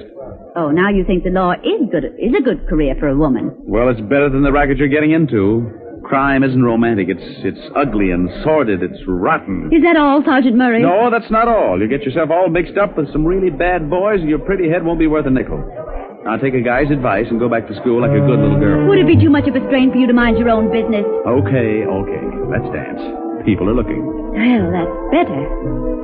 Don't holler when you get hurt. I won't. And don't you pout if I make you look bad. It's a deal.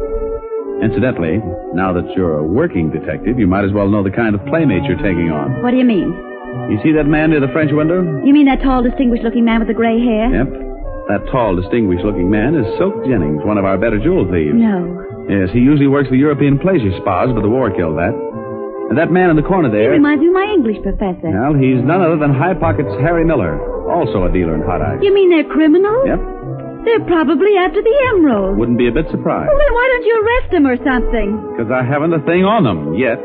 You know, they don't look like criminals. I mean, Of course they don't. That's why they're top-notches. But neither of them would stop at murder, believe me. Excuse me, just a minute, please. Where are you going? Just a part of my nose, if you don't mind. Well, hurry back. What happened to the lights? Turn on the lights. What's happening? They're on again. What's happening? The emerald, it's gone. It's been stolen.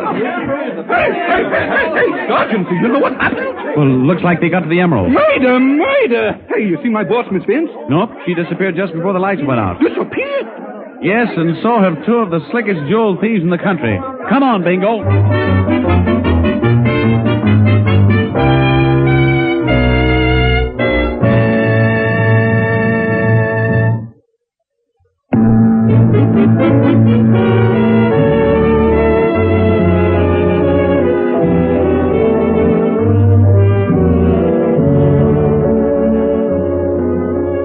Only a minute has passed since the theft of the famous Bentley Emerald, and the vast ballroom is the scene of excitement and confusion.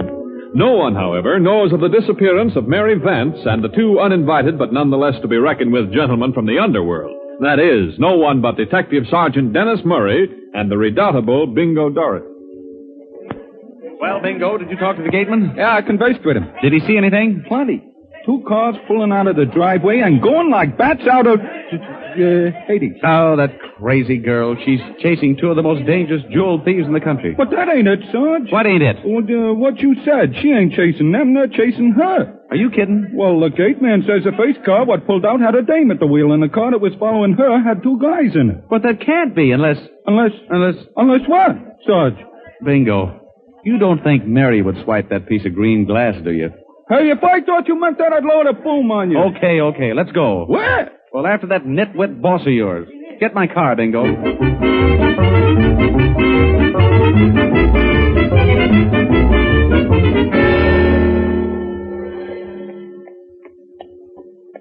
Going up? Make this an express stop, will you? Floor, please. 10th floor. Say, where'd you get the shiner? I got caught in a jam. Would you like some beefsteak? Thanks, kid. I'm not hungry. Okay, lady. Here's the 10th floor. Thanks.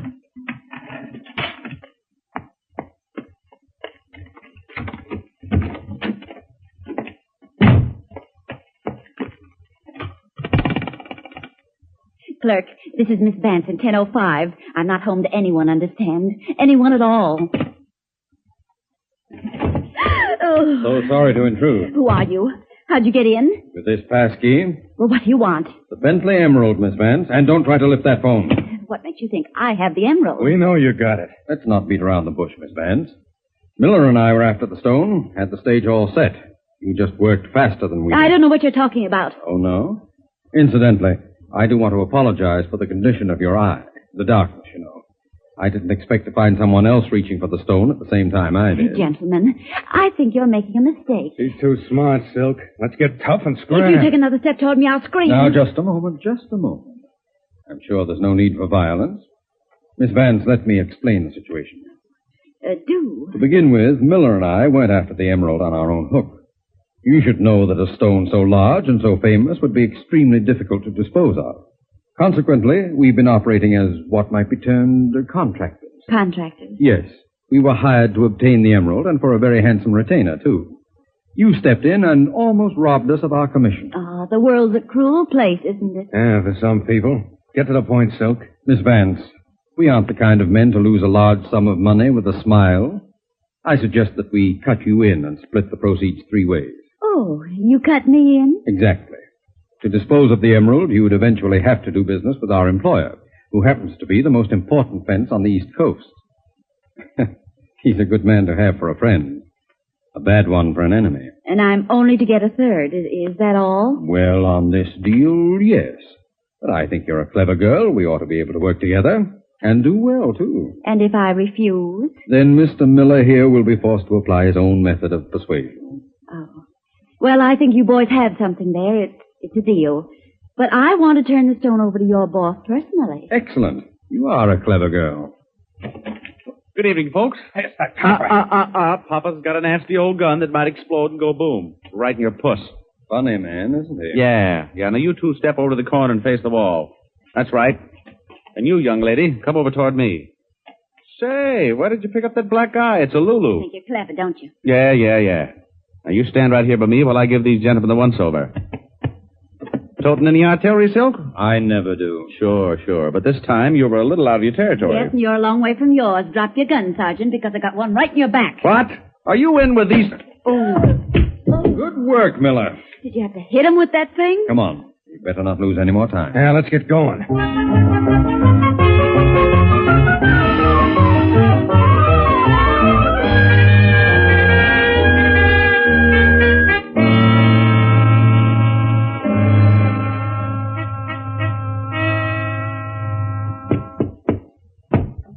Who is it? Renning. Just a moment. Gentlemen, come in. Thanks, Mr. Latour. And who is your charming companion? We'll tell you about that in a minute. Tell me first, did you get the stone? In a roundabout way? Yes, you see Miss Vance here beat us to the emerald, but we were able to persuade her to join forces with us. At no additional expense to you, I might add. Excellent. So she's a very clever girl, Latour. On our way here, she was also instrumental in preventing our arrest. Incredible. Meaning what, Mr. Latour? I mean that you are as clever as you are charming. Where is the emerald? Miss Vance has it. Miss Vance? Of course. There you are. I confess that I'm baffled. What do you mean, baffled? Miss Vance, why you should steal the Bentley emerald, prevent the arrest of my associates, and then so very obligingly bring the stone to me is more than I can understand. Well, I decided after talking to these gentlemen that I'd like to join forces with you. Especially since you are a detective. She's a detective? Certainly, you idiots. Don't you read the newspapers? There's her picture, the story that goes with it. She's taken over the Vance agency. Hey, what a nervy dame. Well, anyway, we've got the emerald. Yes. And we also have a live corpse on our hands.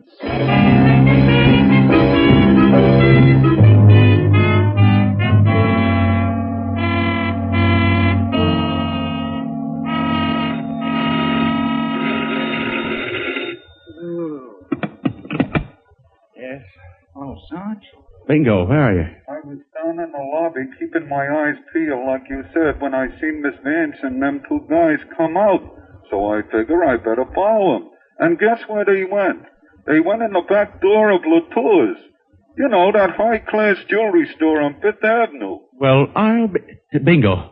You stay right where you are till I get there, and don't let anybody in or out. And don't go in yourself, you get it? Darn that crazy girl. Guinea Police Headquarters.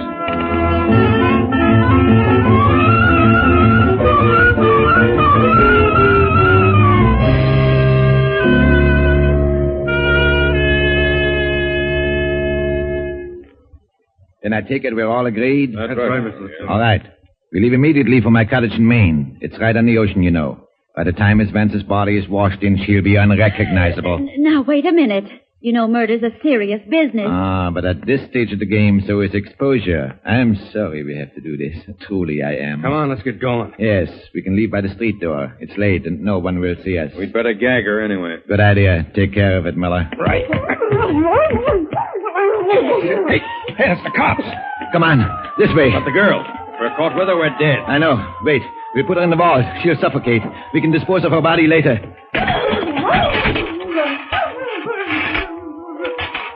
Now, hurry. Hurry. Out the back way. Let him have it. All right, boys, the game's up. Come on, up with your hands. Nice work, Bingo. Are you hurt? Nah, where's Miss Vance? Yeah, where is she, Latour? I don't know what you're talking about. All right, boys, we'll make them talk. Wait a minute. I'm not taking a murder rap. She's in the vault. Get her out, Latour. It's not locked. Just throw back the bolt. Well. Look at little Miss Pinkerton. Come on, out you go. Think you're smart, don't you? That's what I get for saving your life. Get back in the safe. Oh, all right. Noonan, you can take these gentlemen down to the station now. All right, Sergeant. Come on, get along. Come on. Now, when and where did you get that shiner, Miss Gumshoe? When I took the emerald. And why, if I may be so bold, did you snitch Exhibit A? Because it was the only thing I could do. I saw this high pockets individual getting ready to turn off the lights. I had to act quick. I grabbed the emerald first. And? Well, I got the black eye in the tussle with Jennings, and then I got scared and I ran. I don't know why. I got into my car and they followed me. But why did you stick a gun in my back and get me knocked out? Oh, that. Yes, that. Well, I found out that they were only part of a ring. The tour was the big shot, the master fence. That was even bigger than the emerald itself.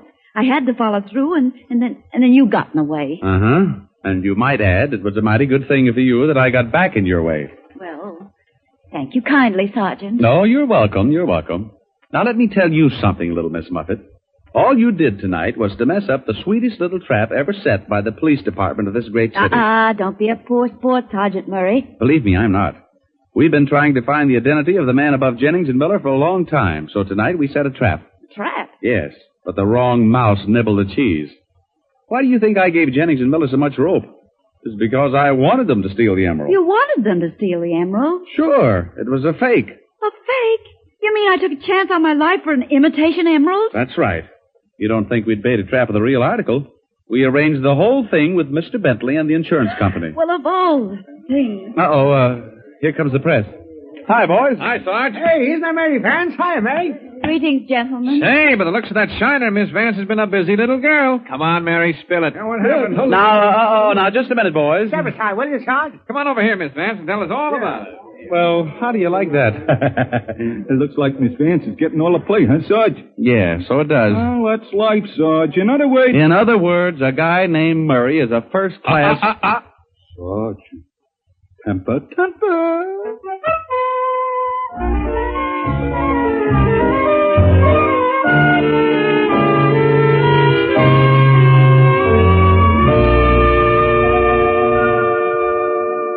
I don't mind admitting I had a very anxious night, Miss Vance. You had an anxious night, Mr. Parker. How does it feel to have your name on every front page in town? Yeah, Miss Vance, you were in the limelight, all right. It hurts my eyes. Too much excitement, eh? Well, you can relax now.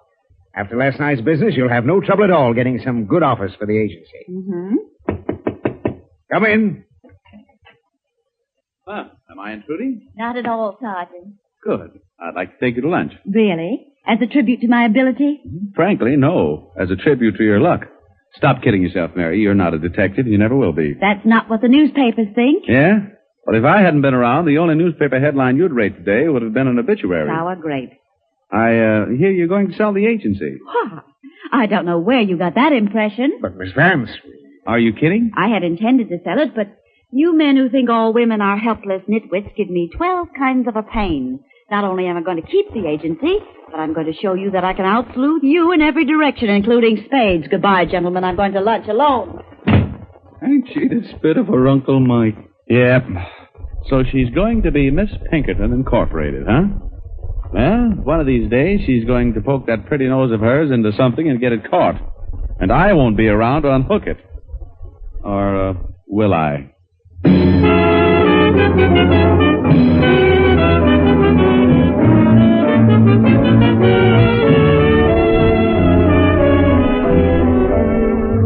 Supporting Miss Blondell and Mr. Powell were Hanley Stafford, Gail Gordon, Ed Max, Elliot Lewis, Frederick Gurman, and Sarah Berner. Story by Carl Foreman and Charles R. Marion. Music composed and directed by Lenny Kahn. Miss Pinkerton Incorporated was conceived and produced by J. Donald Wilson. This is Art Gilmore speaking. Listen in next week to Miss Pinkerton Incorporated for the story of the man who became obsessed with the urge to kill, starring Joan Blondell and Dick Powell. Welcome back. You know, an interesting episode. There were some strong points to it, but I do get some ideas of why it didn't make it.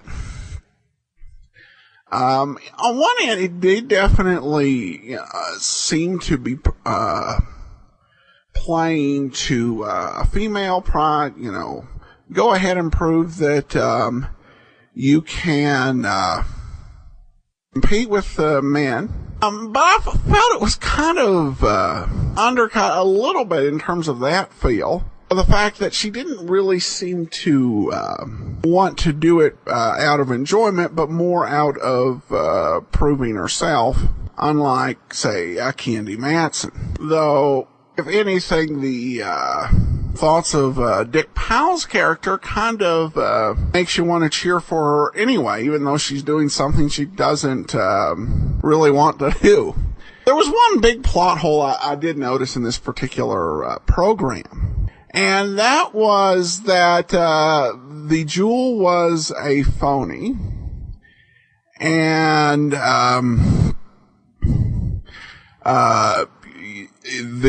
owner was in on it. Yet the owner went out and called in a phony, called in a private investigator and paid them to protect this phony jewel, which would seem to kind of complicate matters, but perhaps that was just to make it look real. The cast on this episode was really a strong cast for this program. For a summer show, with Gail Gordon, who's of course famous for a lot of roles, including Mr. Conklin, Mayor Latrivia over on Fibber McGee and Molly. Hanley Stafford really plays into the comedic side of this.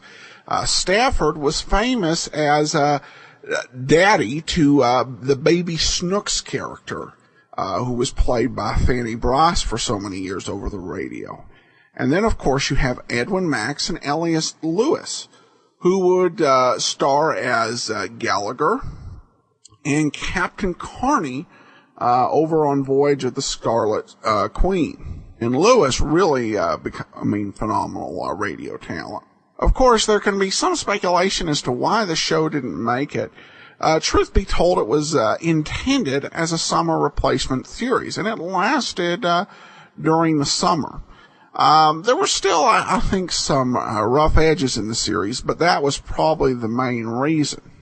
Powell and Blondell had a very good 1930s, and holding them on radio forever, I think, would be a very big challenge indeed, and pretty expensive. These radio summer series were often never intended to go beyond that one season, and served as a vehicle for the networks to keep people listening while giving some of their stars a rest. And it also allowed the actors to increase their own exposure and hopefully land a bigger audience for their next films. This was also the first sort of role of Dick Powell in any sort of detective or mystery program. It was noted when I was doing some research, I listened to Jim Widner's commentary on the show, and he noted that Joan Blondell had appeared in a movie called Miss Pinkerton that didn't have any relation to this story. But in this episode, we see him kind of developing the characteristics we'd hear in Richard Rogue and Richard Diamond. All right, well, that will do it for today. Next Wednesday, we'll be back again with Johnny Dollar. And, of course, on Friday, we'll conclude with the final parts of this week's episode. Before we do get started, I want to let you know that we have quite a few ebooks and audiobook products out there. The latest one I have is something we released last part of last year called What Made the Golden Age Shine. It's my essay on what made the golden age of entertainment so great. And it's something I get asked quite a bit as to why someone my age is interested in all of this golden age material. And I cover it pretty well in this essay. And it's available for the Kindle for 99 cents. So pick up your copy of What Made the Golden Age Shine. Now we'll talk a little bit about our star, Lon Clark. Clark's career was really focused strongly in New York, both over radio and on the stage. He appeared in just a wide variety of different radio programs throughout and even beyond the Golden Age, all based in New York, as well as science fiction, war series. Nick Carter, I think, does remain the centerpiece of his career. Again, we talked about that. 12 seasons, pretty phenomenal. But he was just a consummate professional actor and really just a great representation of what New York radio was and could be. Well, we're going to get into today's episode of Nick Carter. We had 3 lost episodes between last week's show and this one. Here now, from August 2nd, 1943, is Murder in the Crypt. Calling Nick Carter. Another case for Nick Carter, master detective. Yes, it's another case for that most famous of all manhunters, the detective whose ability at solving crime is unequaled in the history of detective fiction. Nick Carter, master detective. This week's curious adventure is Murder in the Crypt. For Nick Carter and the Jackal God.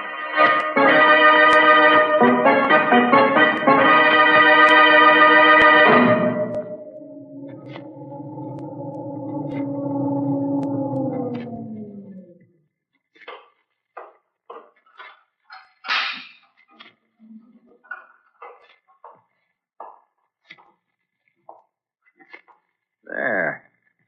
You'll never know that I came here this time any more than you did the other times I was here. Those footsteps. Coming this way. It's Anubis. Anubis. Oh, it can't be. I am Anubis, guardian of the dead. No. I must be dreaming. I am Anubis, the Jackal God. But you're not. No, look.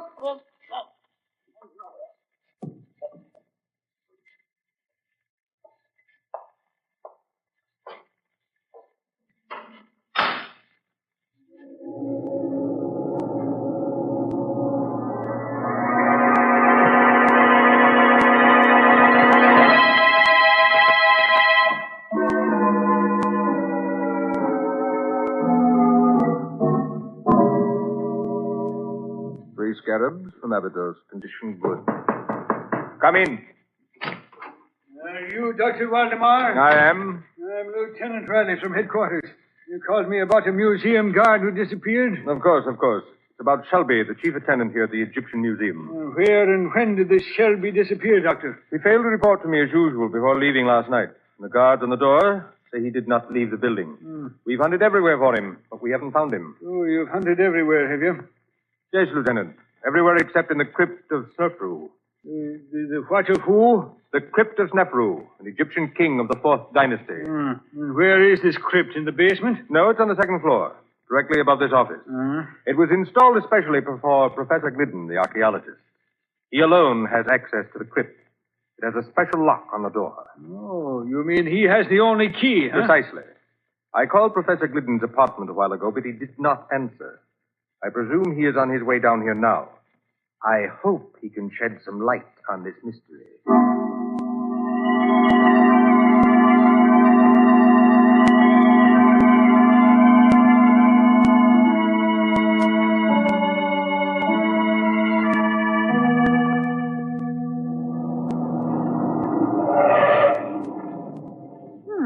Nick, isn't this the Egyptian Museum across the road? Yes, Patsy, it is. Never been in it. Looks too much like a mausoleum for me.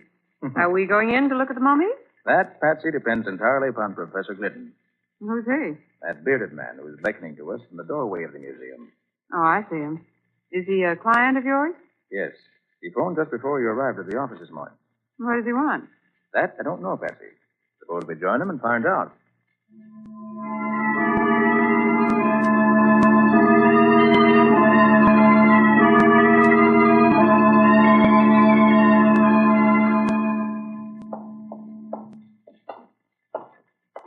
And you say, Professor, that the Archaeological Society gave Dr. Waldemar the money to complete the museum. Yes, Mr. Carter.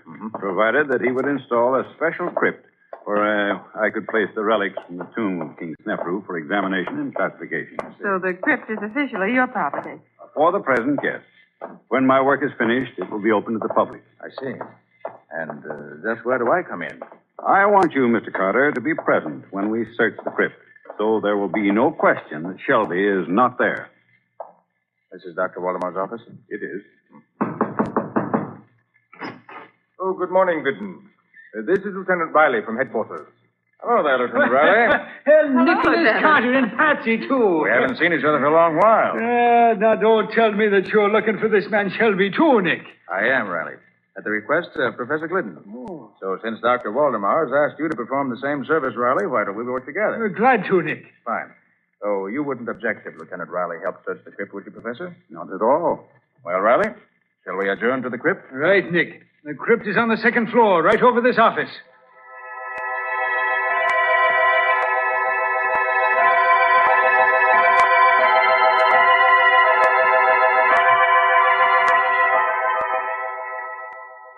Come, Glidden, unlock the door. This is an intricate lock, Waldemar. It takes careful handling of the key. There. Where's the light switch, Professor Glidden? Just inside the door to the right. Very well, I'll... There. Well, would you look at that now? I never saw a statue to resemble that beast. The body of a man and the head of a dog it has. I'd call it the head of a jackal, Riley. Am I right, Professor Glidden? You are, Mr. Carter. That bronze statue is a life-size figure of Anubis, the jackal god. Anubis was the guardian of the dead, and his statue was set at the entrance of ancient tombs to keep out thieves. A jackal face is enough to scare anyone away. Come along, Riley. Let's look around inside the crypt. Okay.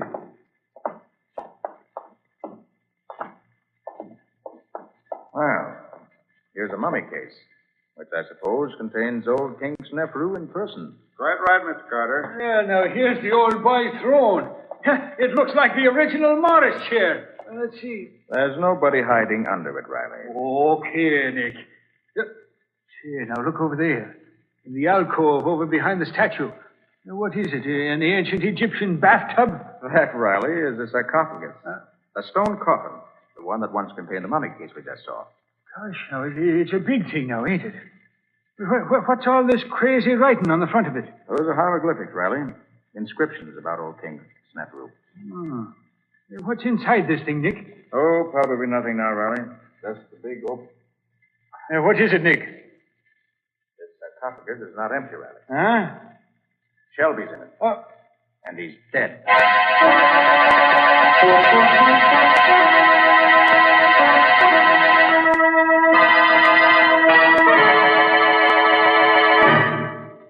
Once again, Lieutenant Riley, I must reply that I know nothing of this matter. As I've told you, I scarcely knew Shelby.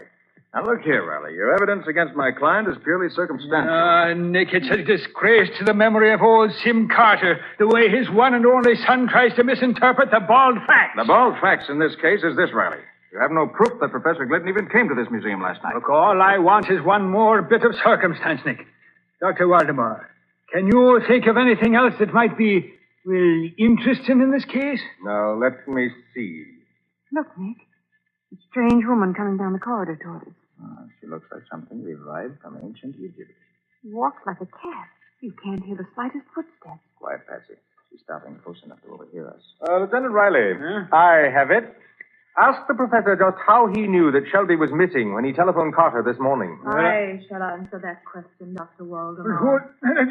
Where did you come from? Who is this lady, Dr. Waldemar? Allow me to introduce Madame Dackler, our librarian. Oh, you have a library in this museum? Oh, yes. The library is in the other wing near the elevator. I was the person who informed Professor Glidden that Shelby was missing.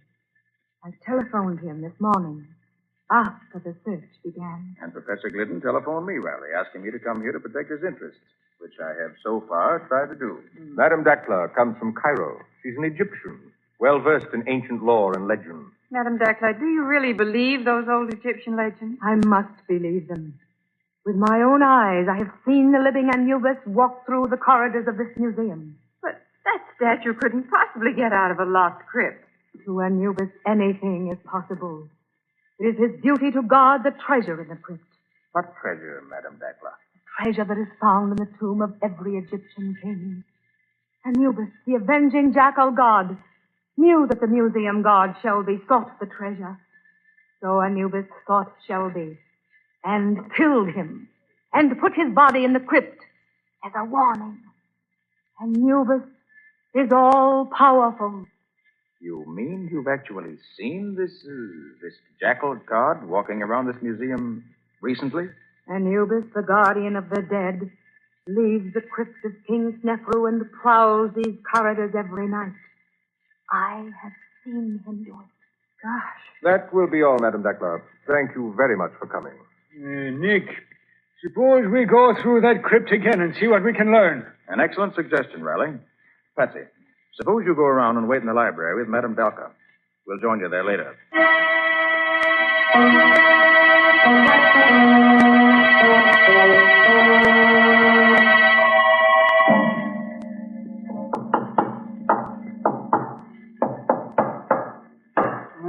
Nick, this crypt is as solid as a rock. We've tested every inch of floor and walls and ceiling here. Yes, Riley, every spot we've tapped seems to be solid stone or concrete. Nick, suppose we check those measurements again, eh? Oh, no use in that, Riley. The room's 30 by 30, with 4 feet out for the door on one side and 8 feet out for the alcove on the other. How big did you say that sarcophagus was, Nick? It's 8 feet long and 6 feet wide. Practically the same size as the alcove it's standing in. And it's 4 feet 6 inches high. Why? And I was just thinking, Nick, that's an awful big chunk of rock there. Well, Professor Glidden says this one weighs over 1,100 pounds. It's over half a ton. This goes to show that the floor in this crypt must be solid to support such a weight day in and day out. There's an answer to this case somewhere, Riley. Even if I don't know yet where it is. Come on. Let's get back to the office.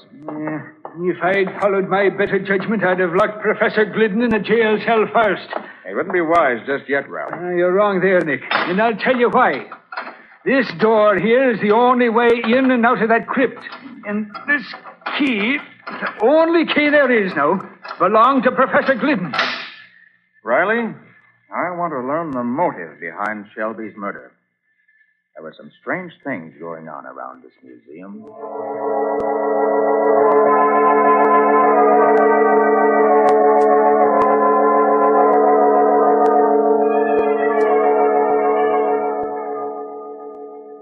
Three ancient anklets, one jar of perfume. Come in. Oh, it's you, Mr. Carter. It's Bowen. Yes. Well, are you convinced that only Glidden could have entered that crypt upstairs? I never like to accept the obvious, Dr. Waldemar. Oh, there goes the closing bell. I must put these Egyptian relics back in the vault. Oh, we're out of here. A large vault, that is, Dr. Waldemar. Yes. The museum requires a large vault. I had this one built here in the wall especially. Was it included in the original plans for the museum? Well, no, not exactly. This wing of the building was still unfinished when the architect died. In completing it, we made some minor changes. I see. Doctor, do you think Madame Dakla... You must excuse me for a few minutes, Carter. I must speak to the attendants before they leave. It was one of poor Shelby's duties. It will only take a few minutes. By the way, Patsy, Hmm? there's something on Waldemar's desk that should interest you. You mean that odd-looking jar? Mm-hmm. It contains some ancient Egyptian perfume, he said. Smells like roses. Very strong. You better put it in the vault, Patsy. Waldemar must have overlooked it. Can you smell it, Nick? Powerful stuff. Yes, I can smell it all right. Put it in one of the shelves in the vault. Oh, What's the matter, Patsy? I just tripped on a small step at the front of the vault. You didn't spill any of that priceless perfume, did you? Oh, I'm afraid... Yes, I did spill a few drops of it, Nick. Well, don't tell Waldemar. Oh, I hear him coming. Come out of the vault and look innocent. Okay. Well, Carter, another day is done. Oh, if you'll please stand away from the vault, Miss Bowen. I should like to close the door. Thank you. By the way, Doctor, was there any treasure buried with King Snefru? Probably. It was the custom. But it is also probable that such treasure was stolen centuries ago. Well, isn't Glidden interested in the matter of treasure? Possibly. But he's more interested in translating the hieroglyphics on the sarcophagus. Well, Patsy, I must be going. You must be going. You mean you're going to leave me here in the museum? Only for a little while. I want you to go back to the library and have a talk with Madame Dakla, Patsy. Talk about what? I'll tell you that while we're walking to the other wing. Good night, Dr. Waldemar. Good night, Mr. Carter.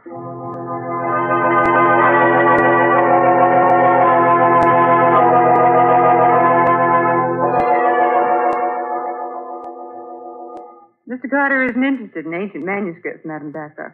He wants to see the architect's plans for this museum. Oh, but he should ask Dr. Waldemar for those. I don't think Dr. Waldemar has them. Mr. Carter wants the original plans. I shall be glad to see if I can find them for you. I shall try the file cabinet by the door.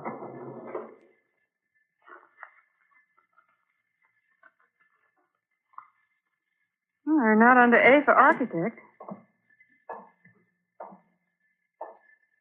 And they are not under B for building plans either. I shall try under M. Museum plans. What's that clumping sound out in the corridor? Yes, here they are. In this folder. Plans for Egyptian Museum to be erected Look! Coming through the door. Anubis. Welcome, Anubis. Anubis gives no greeting to those who defy him. I have never defied you, Anubis. You have sought the treasure that I guard. Never. Never. I have always... Let go of her, whoever you are. Let go.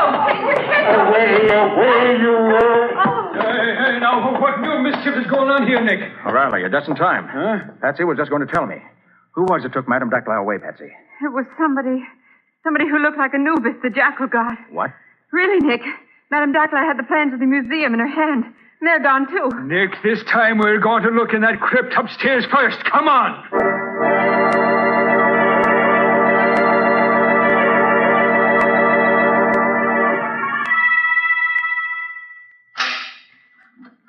All right, find that light switch now, Nick.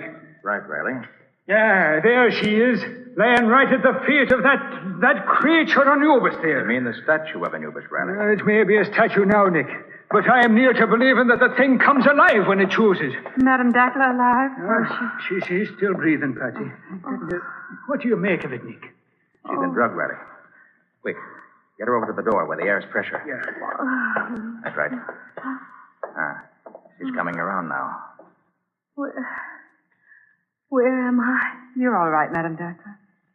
Oh, but I am in the crypt now. And the last I knew, I was in the library. I knew it. I knew steel doors are no barrier to Anubis. Help her outside, Patsy, so I can lock the door here. You lean on me, Madam Dagger. But I tell you, it is useless to lock that door. Anubis can pass through all barriers. Maybe so, but Professor Glidden can't. Come on, Madame Dacre, I'll take you back to the library. Then I'm going to put the professor in jail where I can keep my eye on him. From now on, there'll be no forum on this. Patsy, Hmm? when Riley opened the crypt just now and found Madame Dacre, did you notice the peculiar fragrance in the place? I must have been too excited to notice it, Nick. What was it like? It was the perfume of roses, Patsy. Musty, ancient roses. You should have recognized it. You mean it was like the perfume from the bottle I filled in Waldemar's office? Yes, Patsy. It smelled exactly the same.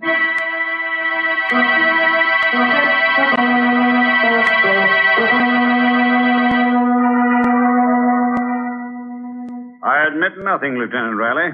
I can't tell you how either Shelby or Madame Dacre got into the crypt. It's like I've been trying to tell you, Glidden. It's very simple. You had 2 keys, but you only gave me 1. And as I've been telling you, Lieutenant Riley, there was no duplicate key. Stay out. I'm busy here. I said stay. Hello, Riley. Hello, Glidden. So it's you again, Mr. Nicholas Carter. Well, I don't care whether Professor Glidden is your client or not. We're not releasing him. I don't want him released, Riley. I just want to ask him a few questions. Tell me, Professor Glidden, when you sent those relics of King Snefru to the Egyptian Museum, did Dr. Waldemar have any chance to examine them? Why, no. They were all heavily boxed and crated. That is, everything except the sarcophagus. That was handled separately. Waldemar installed the sarcophagus in the crypt before I arrived. I see. I seem to recall that Shelby helped him set it up. The boxes and crates were all upstairs when I got back. But I opened them alone and set up everything myself, including the statue. That's all I wanted to know. I'm sorry, Professor, that you'll have to spend the night here. But I hope to arrange your release by morning. All right, Sergeant. Take the professor to his cell. Yes, sir. Come along, Professor. Say, Riley, will you do something for me? Why should I? Why shouldn't you? You'll learn something yourself, and that's always a help in a murder case. All right, Nick. What can I lose? Fine. Pick up Patsy. She has all my notes, and you may need them. Then both of you go to the crypt. Where'll you be, Nick? I have to attend to another matter first. Now listen carefully, Riley. Here's what I want you to do. When you get to the...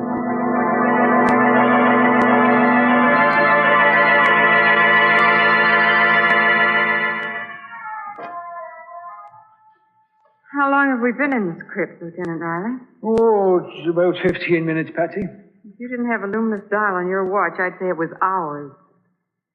Why did Nick say that we should stay here in the dark? You'll have to ask Nick that when he gets here, Patsy. Where did Nick say he was going? Well, no, it might be that he's calling on Madame Dacre. What? Oh, it's just a questioner, you understand. Oh, Riley, of all the ridiculous notions. Well, Dacre's boyfriend Anubis is right here beside us, Patsy. Do you see it? Yeah, this statue of Anubis must be solid bronze, Patsy. If nothing happens here, something will happen when I find Mr. Nick Carter.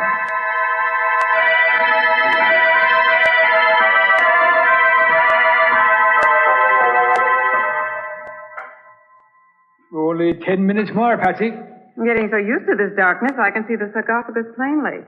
Looks so big. It is big. It's almost... What's that? I don't know. Sounds as if something was happening at last.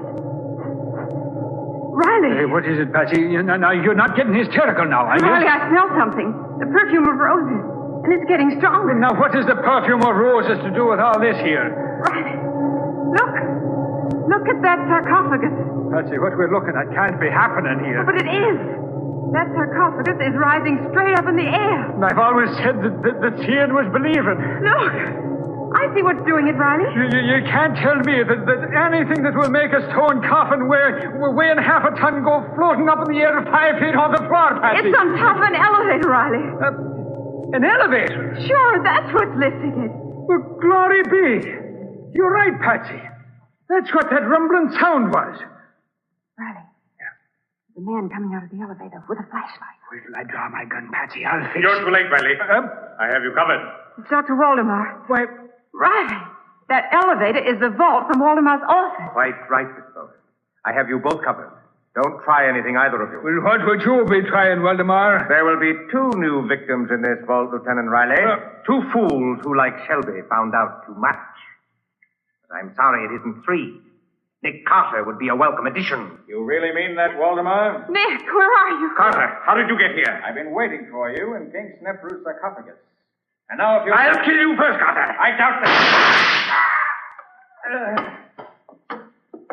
Okay, Patsy. Look out, Patsy! He's knocking over that statue! It's falling over!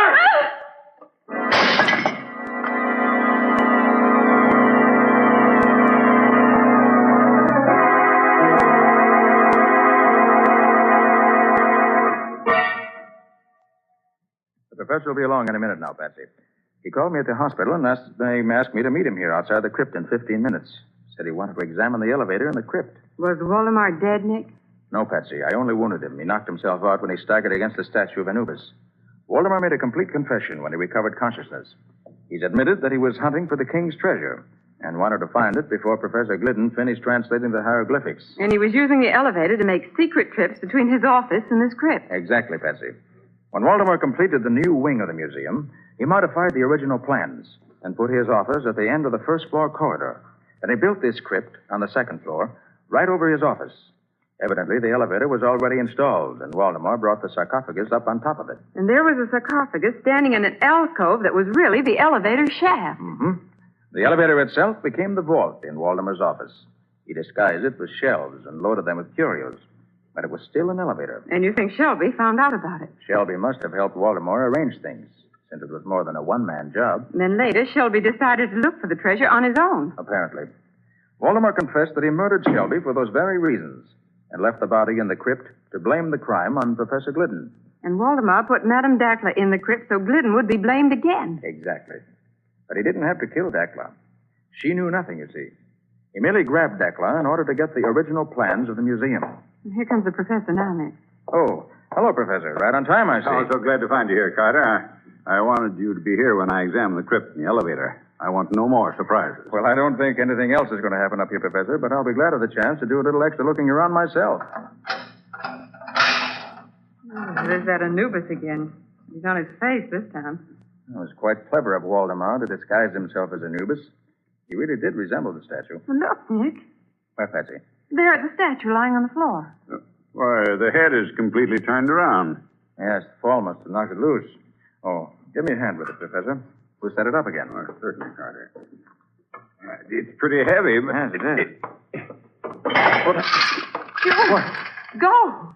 Oh, Nick, is it real?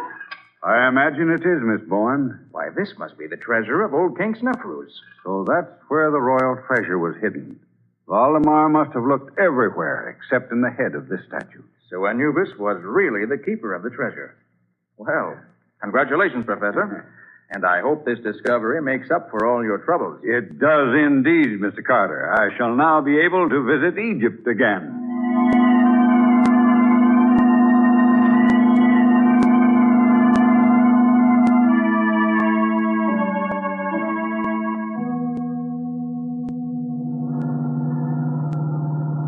Well, Nick, there's just one problem that still bothers me. And I suppose, as usual, that the problem represents the crux of the whole case. It does. When I put that jar of perfume on the shelf, did you already know that the vault was an elevator? I did, Patsy. The elevator floor wasn't quite level.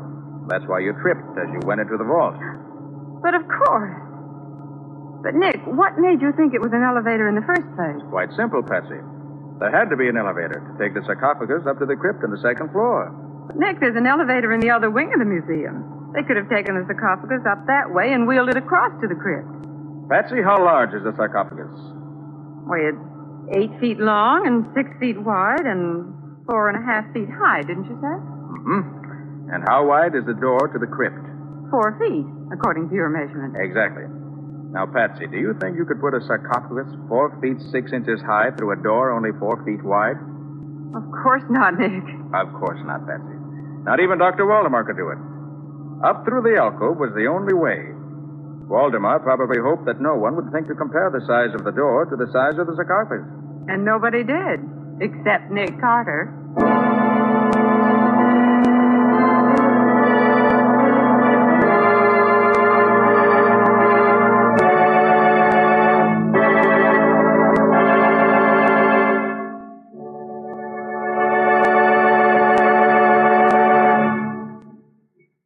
was another strange experience of Nick Carter, master detective, called Murder in the Crypt, or Nick Carter and the Jackal God.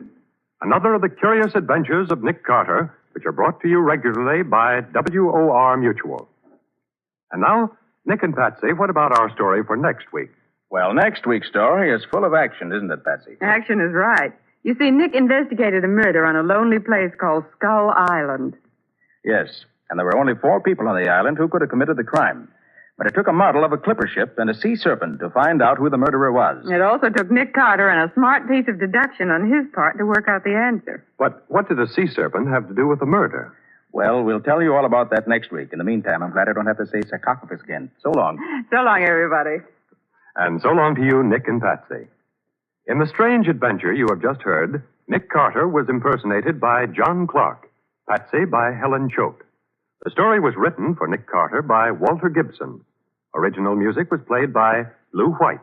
The entire production was under the direction of Jock McGregor.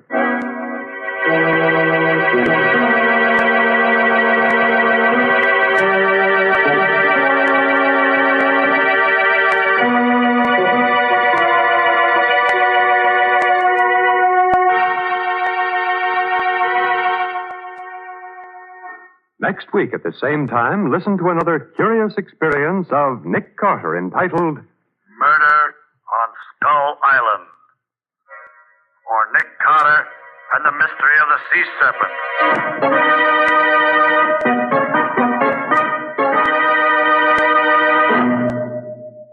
This story is a copyrighted feature of Street and Smith Publications, Incorporated.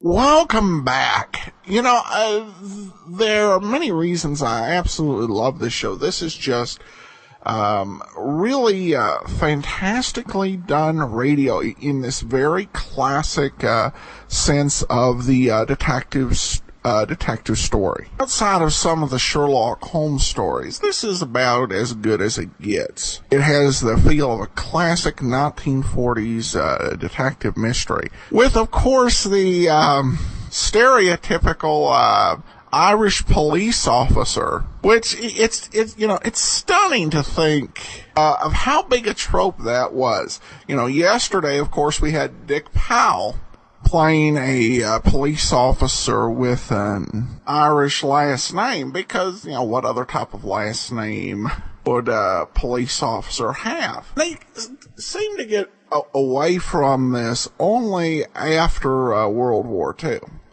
But, you know, and that it became less common.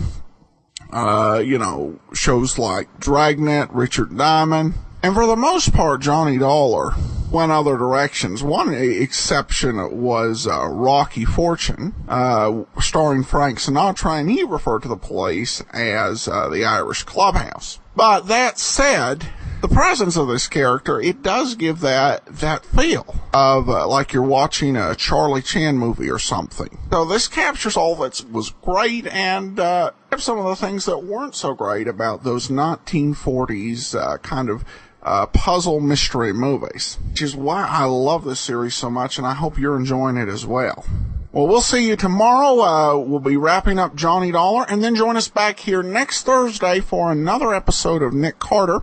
Before we go, I want to let you know the titles of the lost episodes, the ones in between: Death Across the Track, Death's Double Deals, and The Mystery of the Devil's Treasure.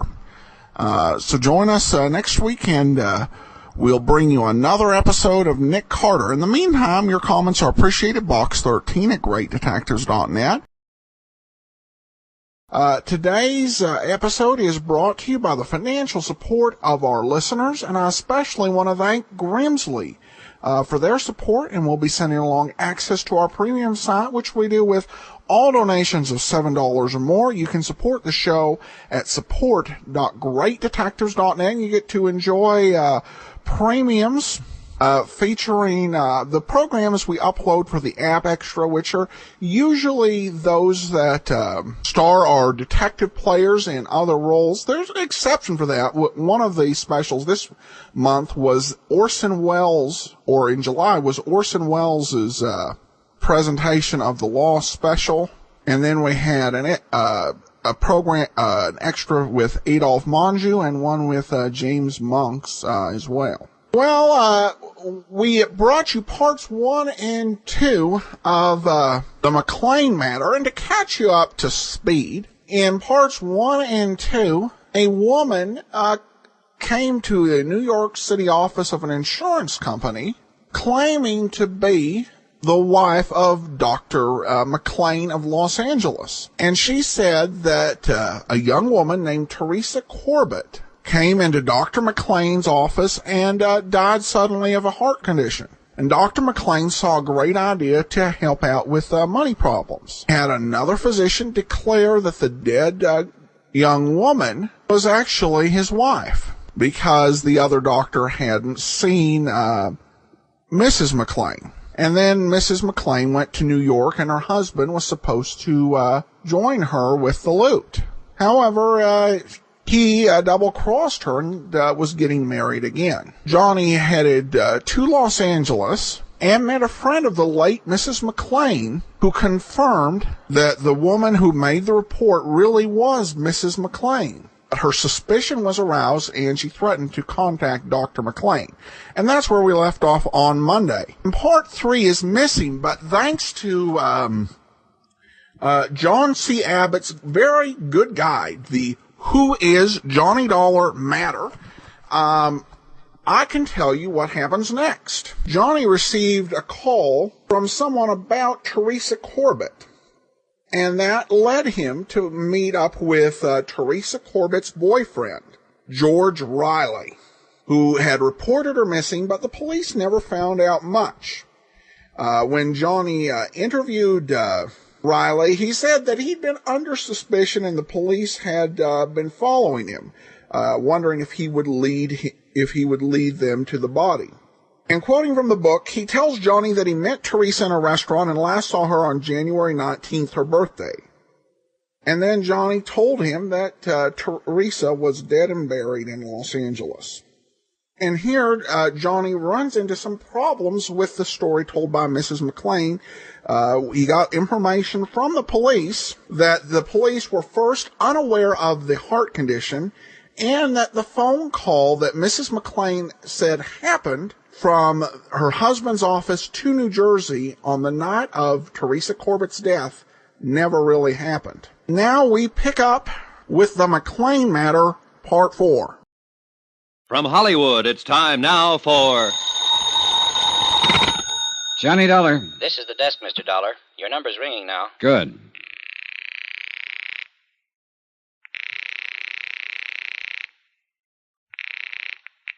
Hello? Hello. I want to talk to Dr. McClain. Who's calling, please?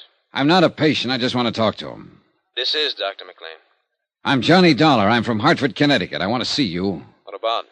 About life and death, Doctor. You must be drunk, whoever you are. Do I come to your office or do I meet you? You come to my office, I'll call the police. Get busy, then. I'm on my way.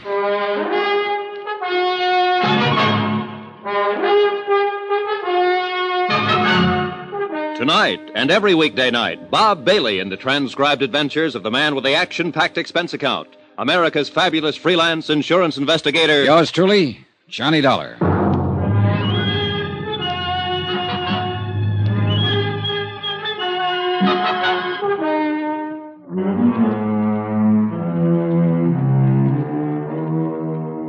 Expense account submitted by Special Investigator Johnny Dollar to Tri-State Insurance Underwriters International Building, Hartford, Connecticut. The following is an accounting of expenditures during my investigation of the McClain matter. Expense account item 10, $4, gasoline for my rented car. I was in the filling station at the Statler Hotel having it filled up when George Riley stepped out from the lobby entrance. Hey, Dollar. Huh, Riley? I came down here to see you. What about? What do you think, what about? All right, get in.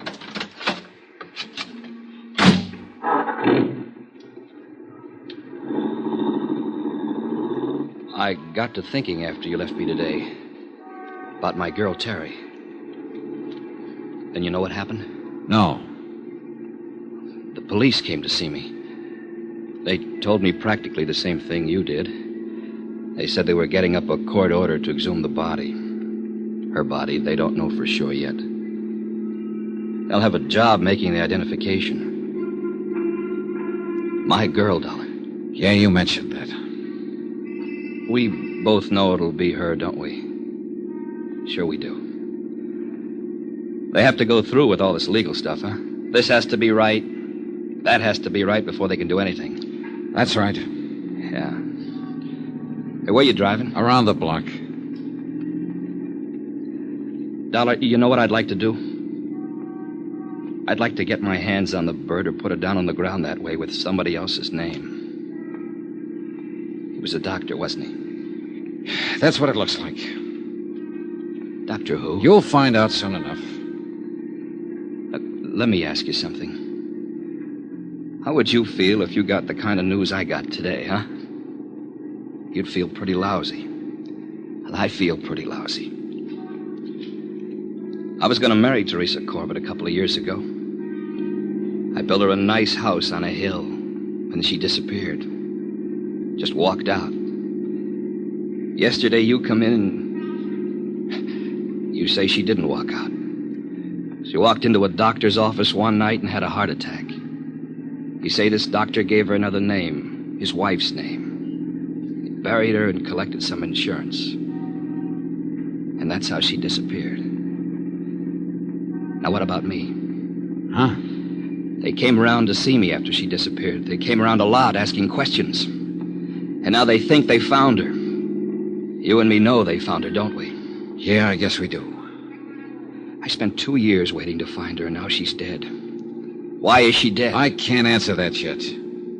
But this doctor, he can't answer it, can he?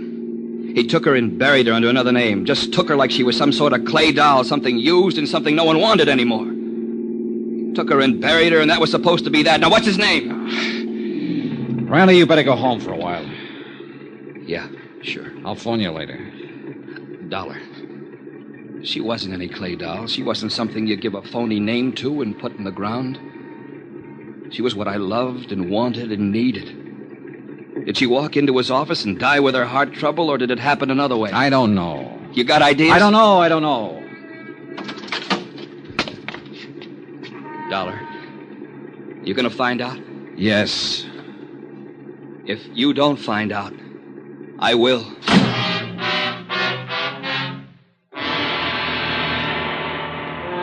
I stayed right there and watched George Riley lurch across the street and hail a cab. Then I turned back and found the freeway, rode it out to Sunset and all the way to the Pacific Palisades in the office of David E. McClain, M.D. Come in, Mr. Dollar. Sit down. He was a tall, broad-shouldered man in his early 30s. I shook hands with him and sat down. Well, that was a pretty startling telephone call, Mr. Dollar. I confess I was intrigued by it. You said you'd call the police. Well, I didn't. I don't know why I said that, really. But tell me, what is on your mind? I'm an insurance investigator, Doctor. Or didn't a woman named Pauline Henderson call you and tell you I was in town? Pauline Henderson? Pauline Henderson. I don't believe that. A friend of your wife's, Doctor, an old friend who worked with her once. The kind of a woman who would recognize a picture if she saw it. I don't believe I remember her. Then she didn't call you and tell you I was in town. Well, that's all right, too. She said she might do that, though. Don't you want to know why, Doctor? Well, I suppose so. Yes. Why? Because I went over to see this Pauline Henderson the night I got in. She was one on a list of names of people who might know your wife on sight. Oh? She got kind of upset about my going there and asking her questions. I don't blame her. I'm a stranger to her. She finally said she'd tell you about it. I said, go ahead and tell you. And so? You just don't have any questions about anything, do you? I'm completely baffled by this whole thing. What's your point? Don't you really know why I'm here, Dr. McClain? I haven't the least idea, but I can tell you we're wasting a lot of time.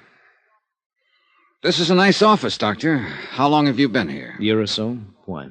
Starting out, it costs quite a bit of money for equipment like this. Rental in a building like this, doesn't it? I don't think that's any concern of yours, Mr. Dollar. I do wish that you'd say what you have to say or do what you have to do and get it over with. I don't know whether you're so anxious at that. Try me. I've been pretty patient with you. You come here and talk about a lot of vague things that I have no connection with at all. You make a strange phone call. You appear as though you're trying to intimidate me. You mentioned an old friend of my wife's. Pauline Henderson. Yes. What has she got to do with it? Nothing, really, except possibly as a witness. Oh? Witness to what? To an identification.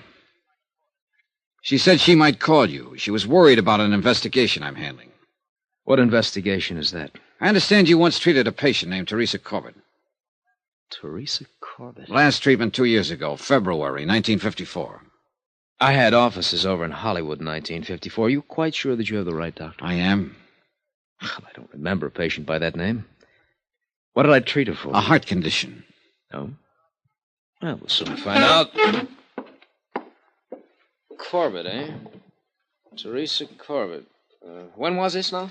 February 1954.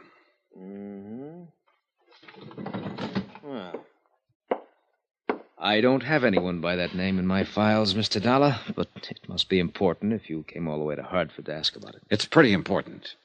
Well, she might have come in for some little thing, and in that case, I wouldn't necessarily have a history on her. I understand she came to see you quite a few times. Could it have been another Dr. McClain? It was you. Well, that's funny. Oh, now, wait a minute. 2 years ago. My wife was my receptionist then. She wasn't too good at keeping records. Do you suppose I could talk to her and ask her? My wife is dead, Mr. Dollar. Oh. Sorry I can't be of more help. I thought every doctor kept a record of all his patients if they just came in with a nosebleed. Well, now you see that you're wrong.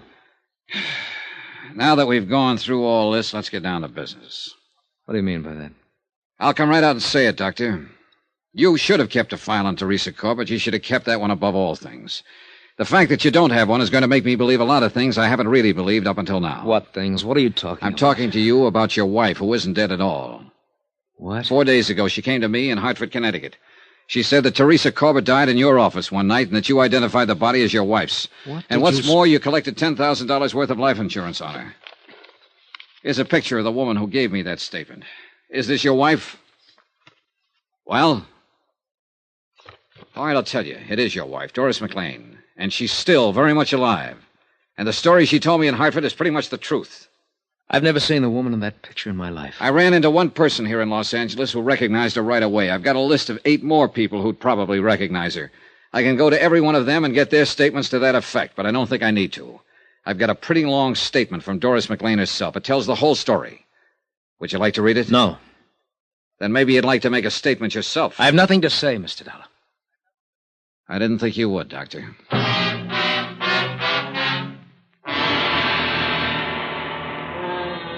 On the strength of the evidence already assembled, I preferred charges against Dr. David McClain. He was taken into custody and arraigned for defrauding an insurance company. He refused to talk at the arraignment and afterwards when he was held in the city jail. Expense account item 11, $2.20 telegram. I wired Hartford advising Don Taylor of the events in Los Angeles. The following morning, I received an answer from him to the effect that he was bringing Doris McClain to Los Angeles. That should have made the case complete. That and the fact that the coroner's office had exhumed the body and it had been identified as Teresa Corbett.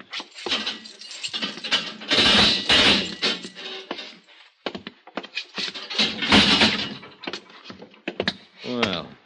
Hello, McClain. What now? Oh, I thought we could talk. We can't, so that's that. We have your wife's statement, how the whole thing worked. The coroner's man identified the body of Teresa Corbett. So? Your wife will be here tomorrow sometime. Her testimony will cinch it. Will it? You know it will. I want a statement from you. Look, we aren't in a courtroom now, McClain, but we will be. It'll be a tough case from top to bottom, but we'll get you, and we'll get you good. A statement from you right now might save you some trouble, save you 2 years on your sentence. Oh, you're here to give me a break. No, I'm here because my job says I'm supposed to be here. I wouldn't want to save you anything, brother. The longer they send you up, the better I'm going to like it. But I'm not going to push too hard for a statement from you. I'm just giving you the chance to have your say-so right now and suggest that you go into court with a guilty plea. It's up to you. You know something? You'll never get me into a courtroom. Expense account item 12, 10 cents, one morning newspaper, which carried a complete story of the McClain case as well as the information that Dr. McClain had denied all charges and was freed on bail. That, along with his remark about not appearing in court, worried me. An hour later, I was out in the Palisades looking for his San Vincent home address. It happened to be a 2-story building, but I didn't get up to his apartment soon enough. Hold it! Stop!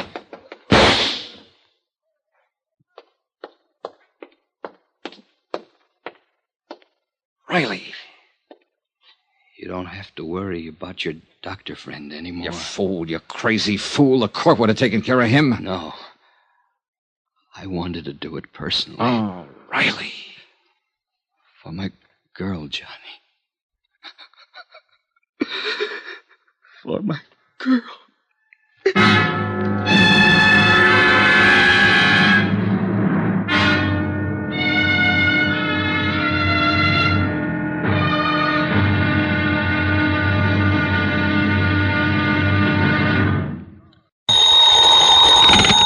Johnny Dollar. Johnny Don Taylor. Are you here in L.A.? With Mrs. McClain. Why didn't you meet my plane? Dr. McClain's been shot. What? Teresa Corbett's boyfriend, a guy named Riley, pumped 3 slugs in him this afternoon. He was afraid McClain might get off. McClain's still alive? He's hanging on, but they don't give him much of a chance. I'm on my way to the hospital right now, L.A. General. Meet you there.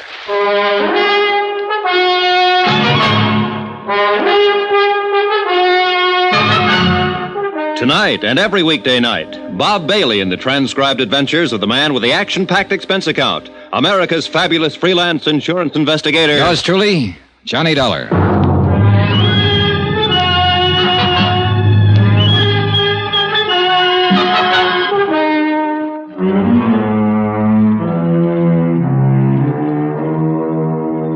Expense account submitted by Special Investigator Johnny Dollar to Tri-State Insurance Underwriters International Building, Hartford, Connecticut. The following is an accounting of expenditures during my investigation of the McClain matter.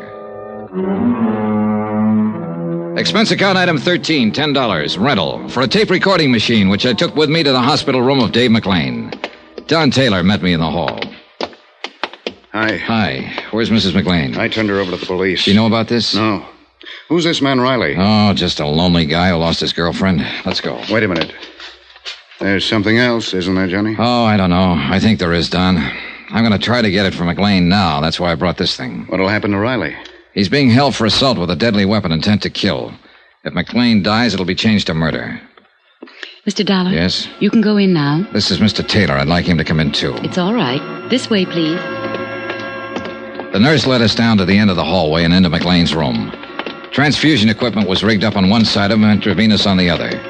He watched us walk in without a word, until he saw me set up the recording equipment. What do you think that's for? You, McClain. That statement we were talking about. What statement? You know how bad off you are. It doesn't make any difference now. Who's this man? My name's Taylor. Police? I'm with Tri-State Underwriters. Oh. You must be a close friend of Doris's. She came out here with him, McClain. How is Doris these days? She's made her statement. Squeeze play. How about you? Nah. I'm not going to say a thing. Oh, now, McClain. Tell you what I'll do. We'll talk about it later. There may not be a later. I think there will be. I'm going to bet on it that way. It's tough, Dollar. You struck out again. There's always your wife. She won't tell you anymore. She's got her own troubles. I think you'd better leave now, Mr. Dollar. Yeah.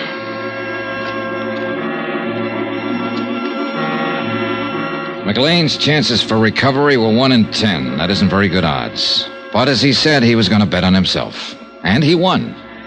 3 days later, he took a turn for the better. Within a week, he was walking around the hospital.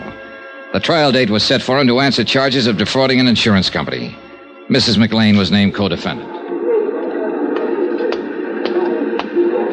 All set. When do you take off, Don? About 5 minutes. Good night for flying. Yeah. Now, what's the matter, Johnny? Oh, I don't know. This whole case, the people in it, I just don't know. You ought to be satisfied. You've certainly done your job. McClain's are going to stand trial, and there's no doubt they'll be convicted. You testify in court, and that's about it. I know. Don. Yeah? There's more to it. Why? I know there is. There has to be. McClain's slick enough not to open his mouth. He hasn't admitted anything. His wife's done all the talking. Sure, that's true, but what she said was enough for us. Was it? Well, wasn't it? Not for me, Don. Johnny, what is it? Riley, I suppose, and that poor girl, Teresa Corbett. A couple of little people who walked into it. Riley's suffering worse than the McClains, than they'll suffer. He lost somebody he loved. She died naturally. He would have lost her sooner or later. McClain's had nothing to do with that. Didn't they? No. Well, I've been thinking about it. Just go in and testify in court and come home and try to forget about it, will you?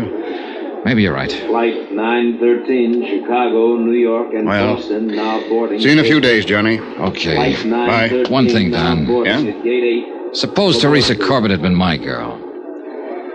So long, kid.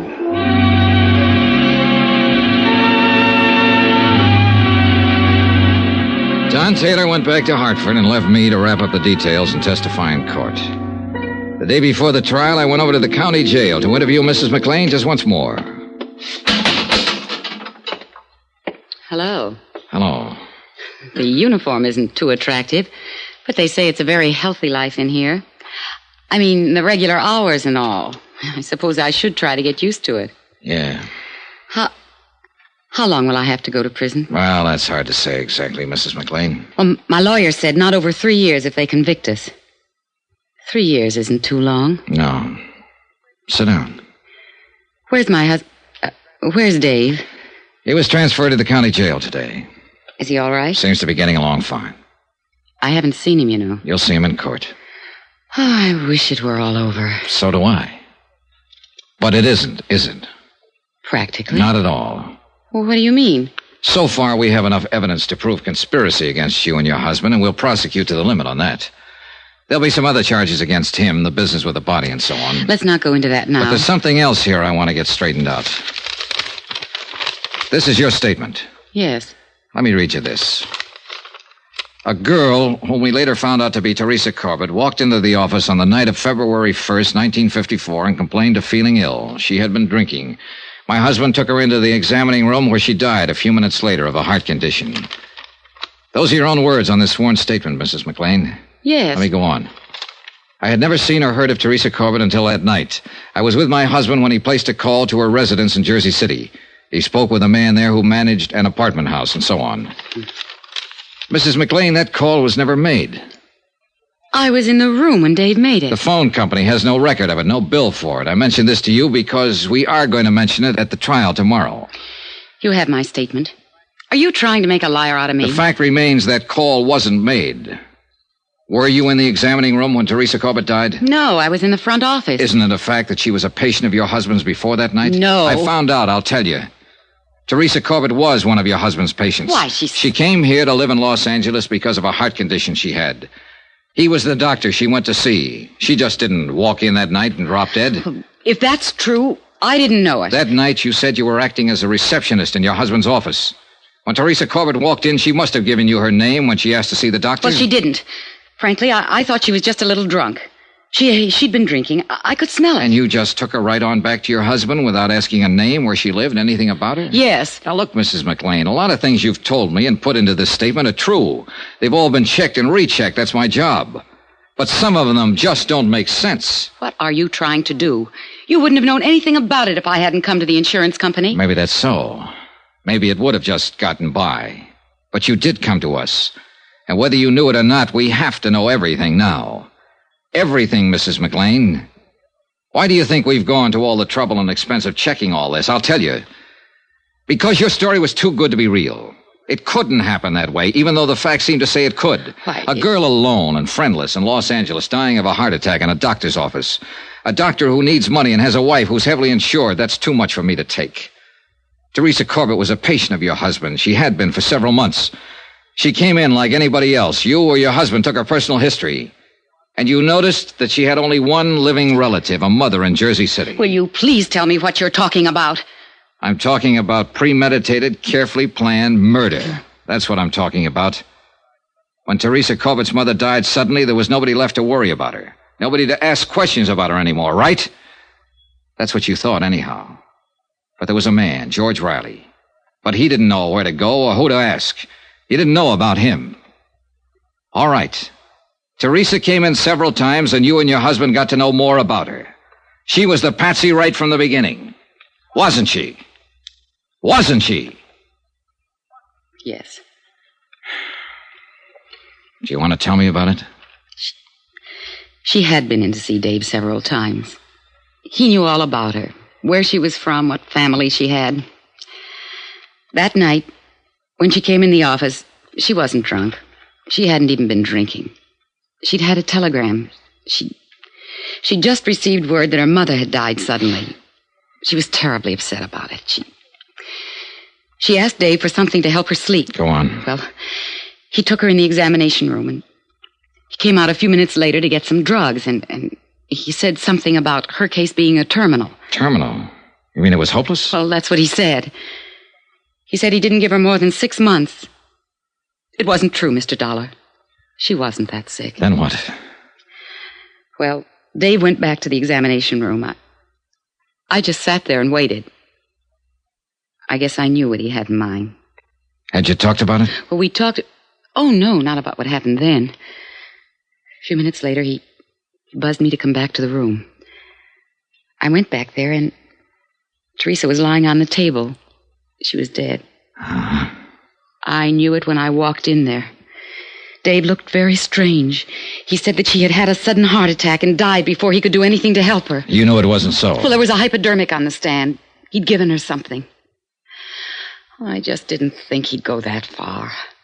Are you sure you hadn't discussed this before? No. I swear he hadn't said a word to me before that night. But he had it all planned. That is, what to do and everything, when I came back to the room. He called Dr. Reed. Dave showed him Teresa and said it was me. Reed signed the death certificates? Yes. When did you leave town? The same night Dave made me. He said he'd handle everything.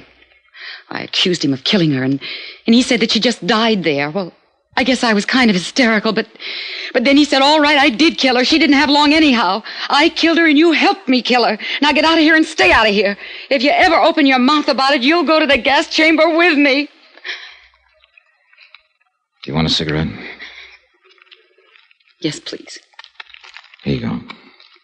Thanks.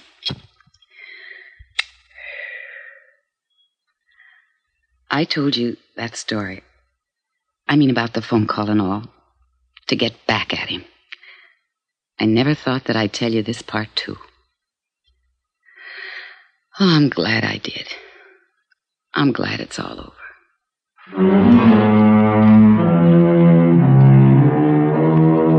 Expense account item 14, $85.40, hotel and board while in Los Angeles. Item 15, $205, plane fare back to Hartford. Expense account total, $798.60. Remarks? Murder charges have been filed against the McClains, and they stand trial next month. George Riley received 3 years and a suspended sentence for assault with a deadly weapon. I was wrong about practically everything in this case. All the lies came true, but so did the facts. Yours truly, Johnny Dollar.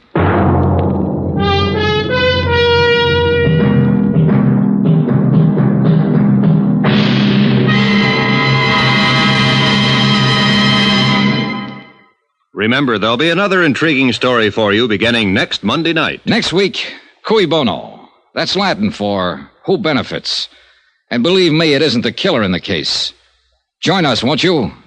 Yours truly, Johnny Dollar.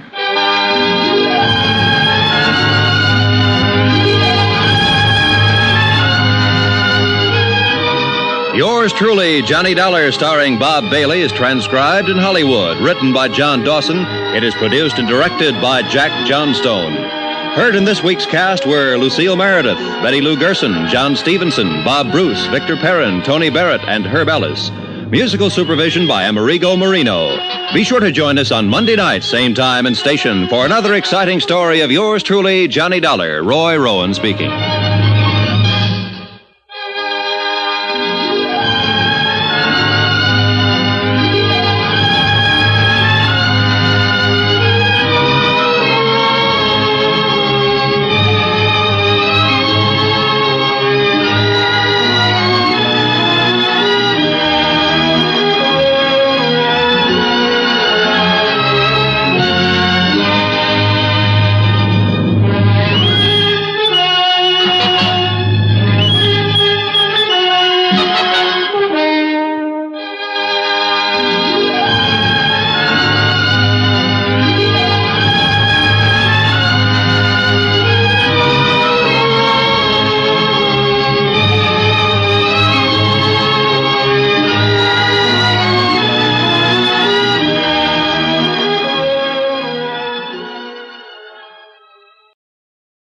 Welcome back. Well, I think this episode really does epitomize what's so great about Johnny Dollar and why people still, love this character, even perhaps as our opinion of insurance companies may not be quite as strong as it once was.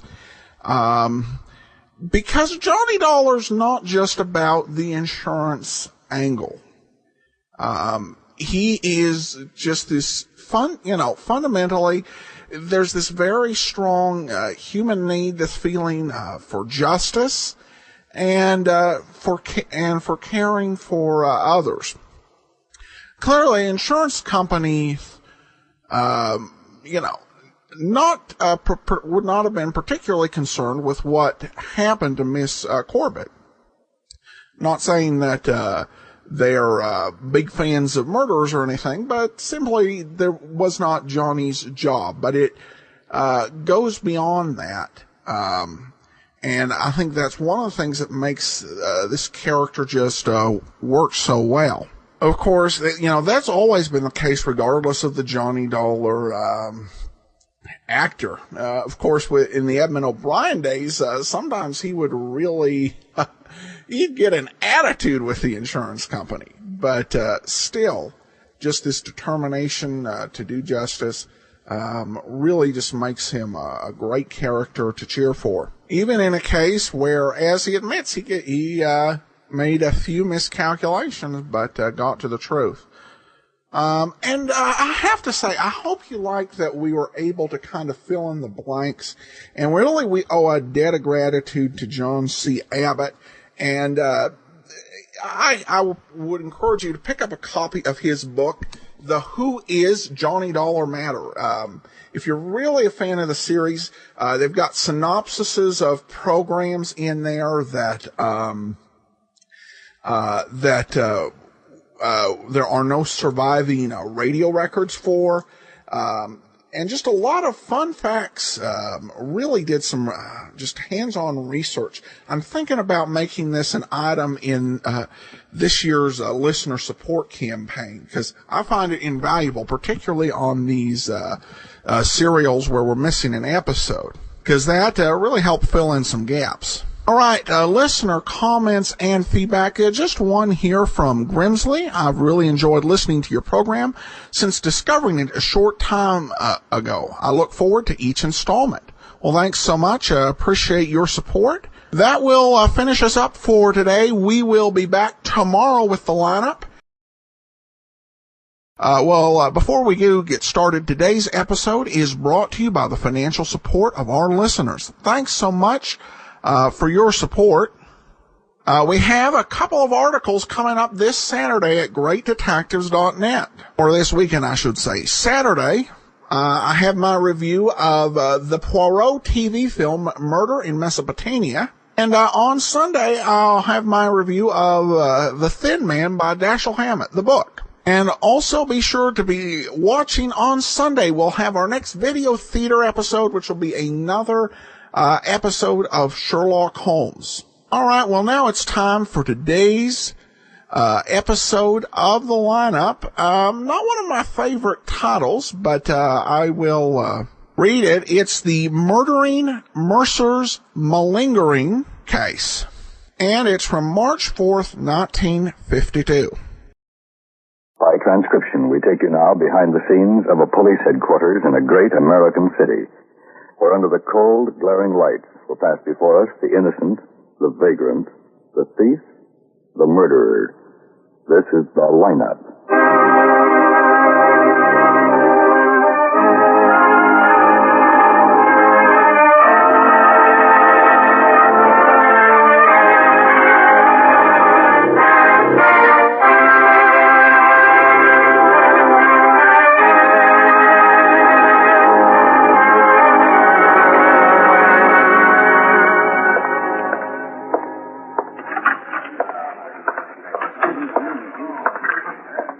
Hi, Ben. Hi, how's it going? Okay. Are you shopping? Just looking. Dull upstairs. Yeah, it's dull every place. Only got 15 in the line tonight. Huh? Well, say, Here, your kid brother passed his final exam. Yeah. You're going to be pestered with quine. What'd he put in for? Motors. Oh, I think I'll grab a seat. Okay, I'll see you later. May I have your attention, please? You people on the other side of the wire in the audience room, may I have your attention, please? Thank you. My name is Carter, Sergeant Pete Carter. I'll explain the lineup to you. Each of the suspects you will see will be numbered. I'll call off a number, their name and charge. If you have any questions or identifications, please remember the number assigned to the prisoner as I call his name.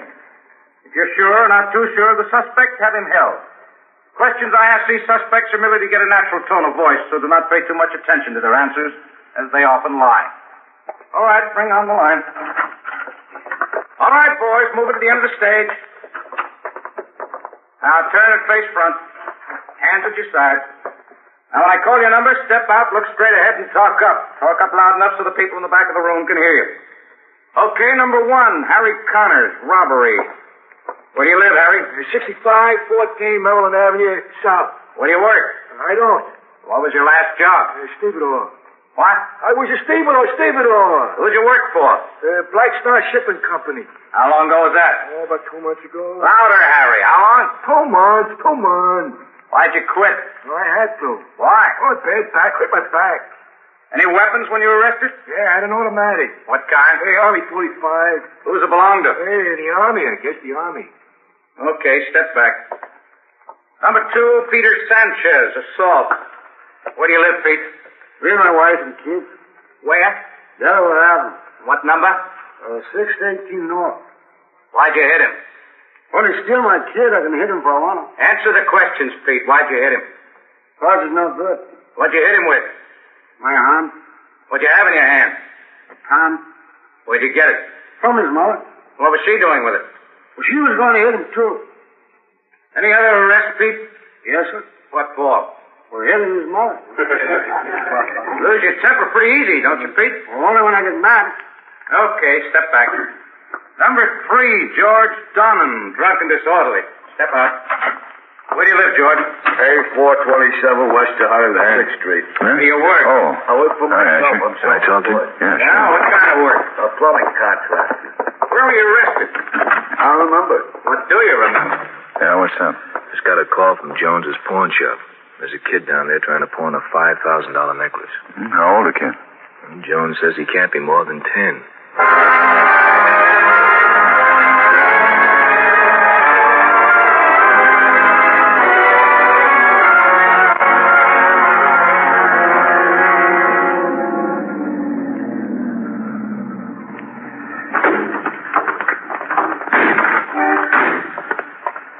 Go in the back way. Jones said it would be open. Okay.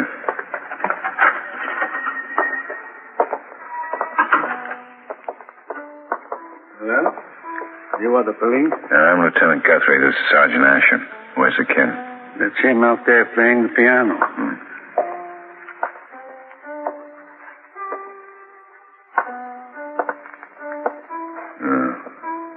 Does he suspect anything? I don't think so. I told him I would have to wait for my wife before I could give him any money. He seemed to believe me. He looks like a nice kid. Seems nice. But the necklace... You have it on you? Here. These are all perfect diamonds. Center one weighs 1 3/4 carats. That's 2,000 right there. You stay here, Mr. Jones. Come on, Asher. Let's have a talk with the boy. Right.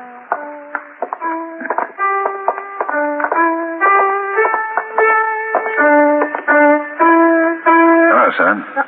Hi, What's your name? Bobby. What's yours? Ben. What are you doing here, Bobby? Waiting for Mrs. Jones to come in so I can get my money. Your money? What for? I sold Mr. Jones a necklace. Where'd you get the necklace?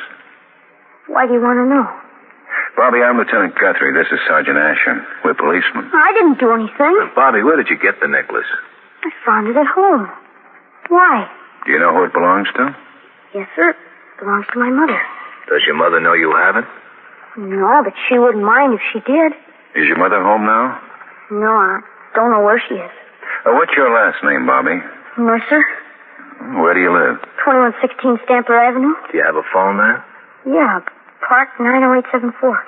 Asher, call his folks and let them know where he is and what happened to the necklace. There's nobody home. Only my little brother, and he's too small to answer the phone. Well, give it a try anyway, Dave. Right. You ever taken anything from your mother before? Oh, no, sir. I wouldn't have taken Mom's necklace, only I know I could get some money for it. Do you know how much the necklace is worth? $5. Tell me, Bobby, what do you want a lot of money for? I just want to get some food for me and Danny. That's your brother? Uh-huh. Mom wouldn't mind.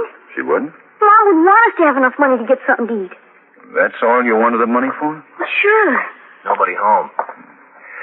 Do you know where your mother and father are? No, sir. Maybe they're out looking for you and the necklace. Oh, they're not looking for me. I'm looking for them. What do you mean, son? I haven't seen Mom or Dad for a long time.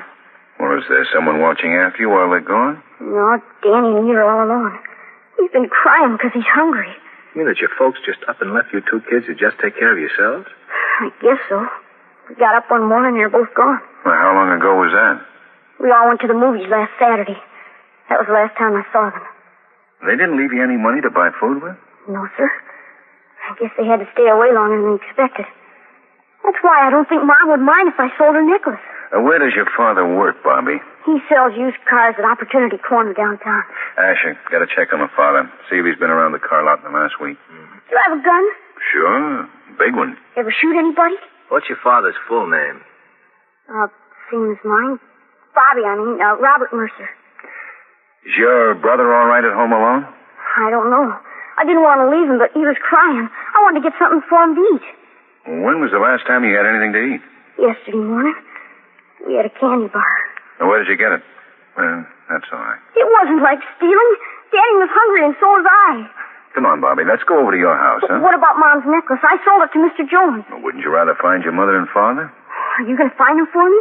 I'll sure try.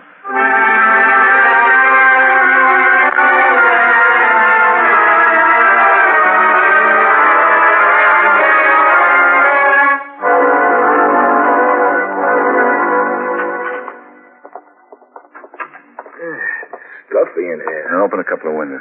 Yeah. And where's Danny? Upstairs. Well, let's go up and see him, huh? Sure. He must be asleep. He isn't crying. How many days have your folks been gone? 3, I think. Oh, I got a stomachache. Nah, we'll get you something to eat as soon as we see Danny. In here. I guess he's asleep. Where's your phone, Bobby?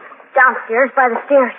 I took a look around downstairs. Call an ambulance. Something wrong with Danny? Yeah, he's sick, Bobby. Oh, maybe it would be better if we got him right into the car. Yeah, might be a good idea. We'll wrap that blanket around him. Gosh, I guess it was my fault. You go along with Sergeant Asher, Bobby. Come on, Bobby. Where are we going? No, to take care of Danny and get you something to eat. Well, what if Mom comes back and she doesn't find us? Well, I'm going to stay here, Bobby. I'll tell her where you are if she comes back. Come on, Bobby. We got to hurry. Okay. I'll check with the neighbors. Right.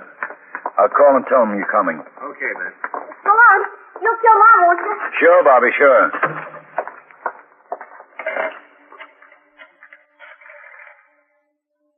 Emergency hospital, please.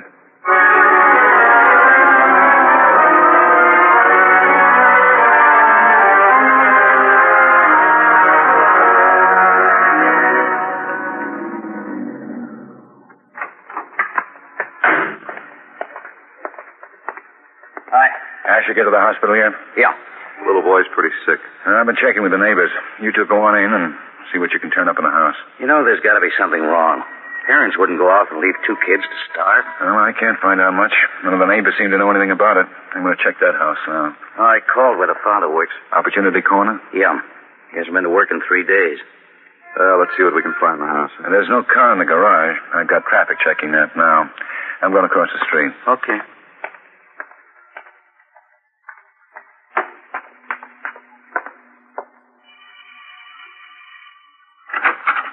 Yeah?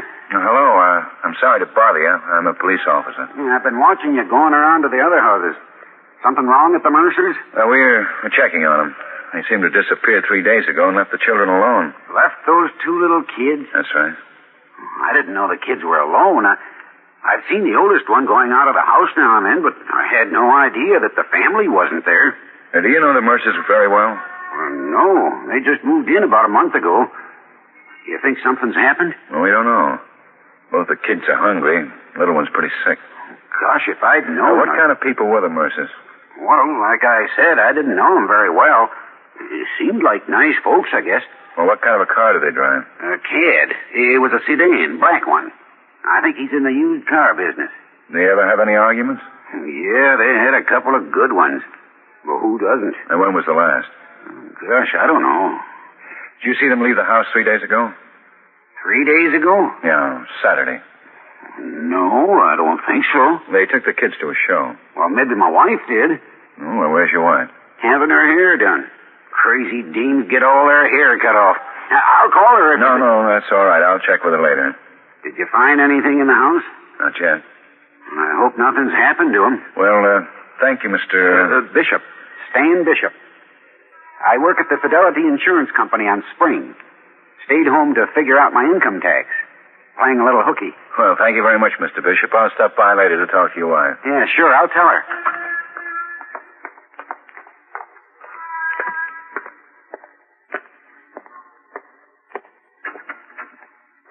Ben?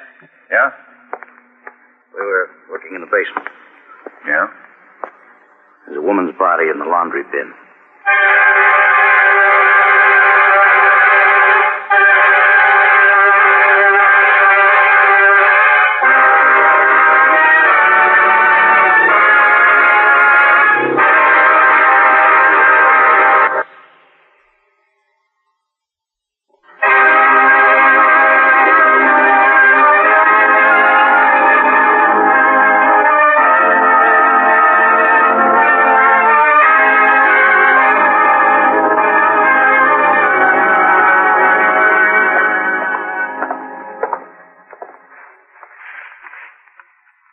That's the way I found her.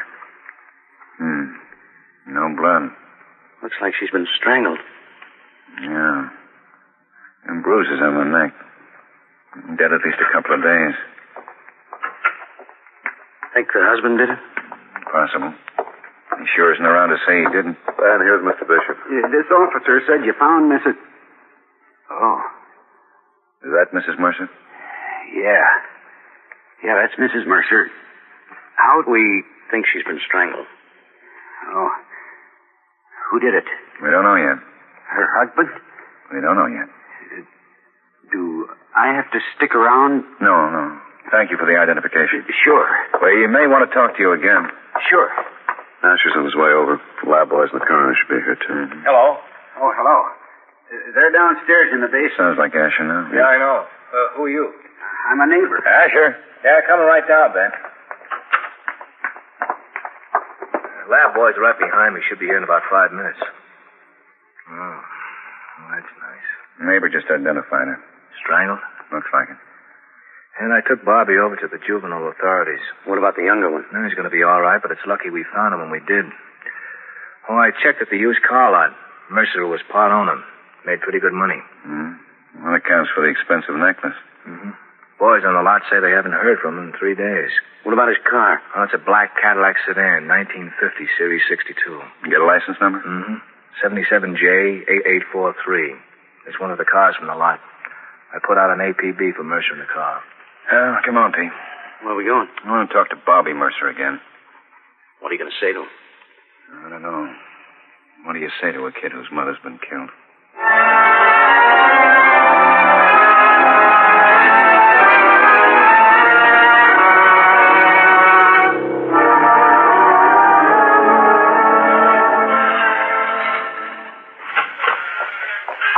Hello, Bobby. Is this your office? Sure is, Bobby. Shut the door, Pete. Come on in. Well, I have to go down there. Come on in. Okay. Don't you want to come in, Pete? Sure, Bobby, sure. Well, how do you feel? I feel good. Well, Danny's going to be fine. He was just a little sick. Where's Mom and Dad? Did they come home? Well, we can't find your father. Oh, but you found Mom. Did she come home? Why didn't she come see me? Can I go home? Bobby, look. How'd you like a candy bar, Bobby? Okay. Where's Mom? Bobby, do you have any idea where we might find your father? No, but why don't you ask Mom? She'd know. Well, she didn't know, Bobby. Is he lost or something? Yeah, something like that. You know, that I'd like to be a policeman when I get grown up. Bobby. Yeah? Bobby, you can't go home right away. Why not? Well, your mother, she's... What's wrong with Mom? Pete. Is something wrong with Mom? You see, Bobby, sometimes things happen. What's happened to Mom? She's sick? No, she's not sick. Wait a minute. Oh, I'm sorry. No. Come on in. I got the lab report. Yes, Bobby, you're a big boy. I wasn't half as big when I was your age. I want to see Mom. Your mother's had an accident, Bobby. Bobby, listen. No. Come on, Bobby. You've got to be a big fella and take this. No. I want Mom. Where is she? Oh, I can't do it. Your mother's dead, Bobby. Oh, no. Climb. No. Climb. You better take him back. Sure. Come on, Bobby. No, let me go. I want my mother. Come on, Bobby. No, please. Better pick him up. No. Up you go. No, please let me go, please. I want Mom, please.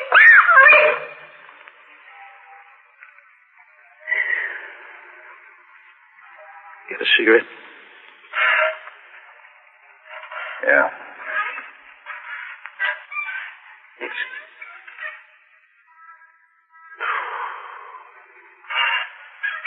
How long you been with the force, Ben? 15 years. 12 for me next month. I know. Think it's because we can't do anything else? I don't know. Guthrie. Is this homicide? Yes, ma'am. This is Genevieve Lake speaking. I just heard about Mrs. Robert Mercer's death on the radio. I'd like to talk to you about it. I know Mr. Mercer. Can you come out here? Of course, Miss Lake.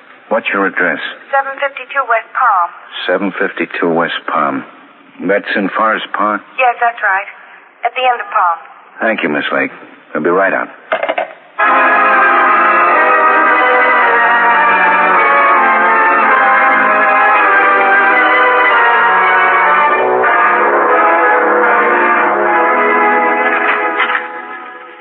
Yes? I'm Lieutenant Guthrie. Oh, come in. Thank you.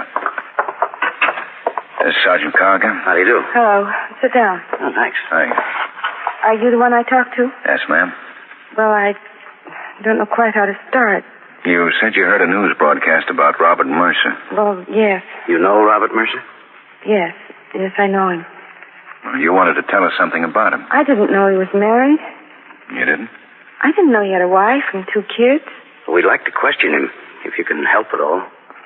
I met him about 3 months ago. He sold me a car. I see. I didn't know he was married because he didn't say anything about it.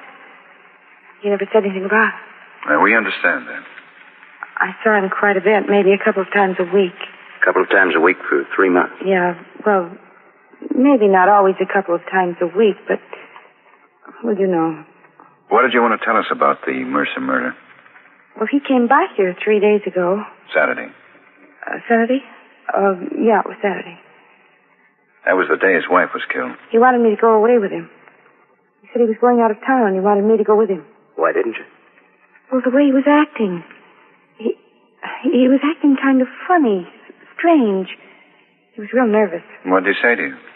Just that he wanted me to go away with him, that he had to leave town on business, and that he wanted me to come along. Just because he was acting funny wasn't the only reason I didn't go with him. It wouldn't look right. I told him it wouldn't, you understand. Yes, ma'am. Did he say where he was going? Just out of town. I wouldn't have gone with him even if he'd been acting all right, you understand. Yeah. He used to go up to a cabin sometimes on the weekends. I thought maybe that was where he was going. Cabin? Yeah, the cabin's at Horseshoe Lake. And you know he's been up there before? Oh, yeah. Just where is this cabin? Horseshoe Lake. Well, what part? What's the location? Well, I'm not sure. It's off the highway. I remember there's a general store just before... That's all right. I really didn't know he had a wife and kids. If I'd have known... We understand. If you go to the general store, they can tell you where the cabin is. Does Mr. Mercer own the cabin? No, he rents it. I doubt if he'd be there, with his name on all the newscasts. Oh, he uses another name when he rents the What name, Miss Lake? Smith. Robert Smith. If he's up there, you won't tell him. I told... No, we won't tell him. You understand. Yeah, we understand.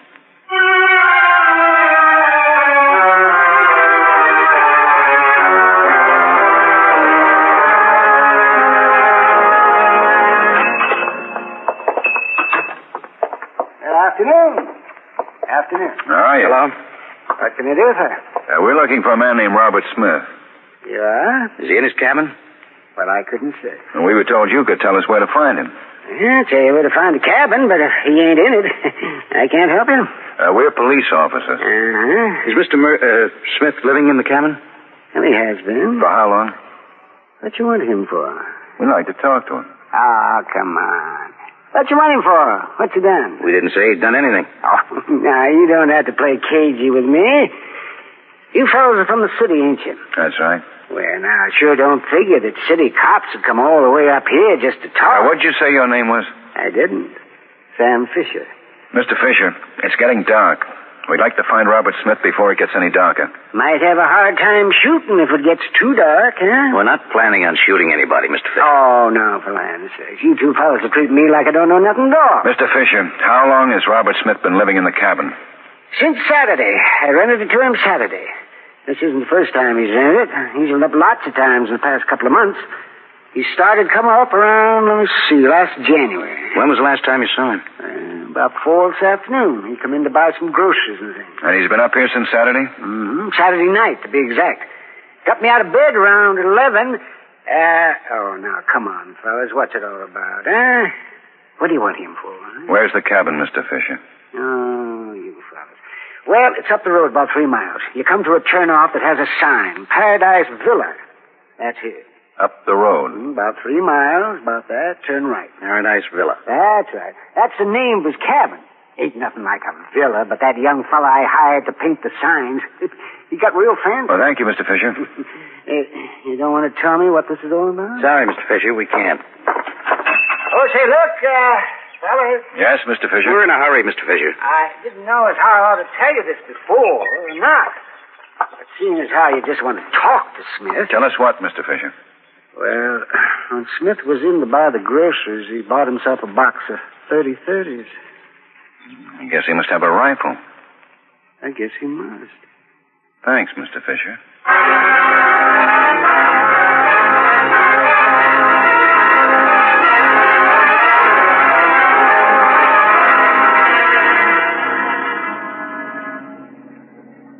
You know, I still can't believe it. What? That a guy'd kill his wife and leave 2 children to starve. Well, looks like this guy did. Oh, there's a sign. Yeah, that's it. Paradise Villa. Want to drive right up to the house? No, we'll walk up and take it easy.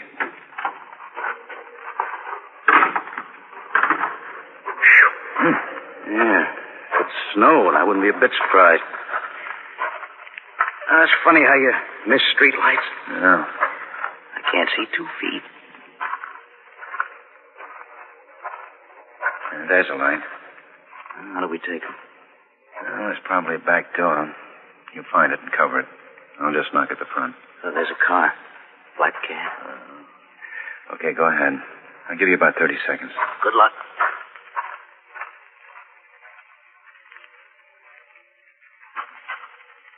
Somebody out there? Anybody out there?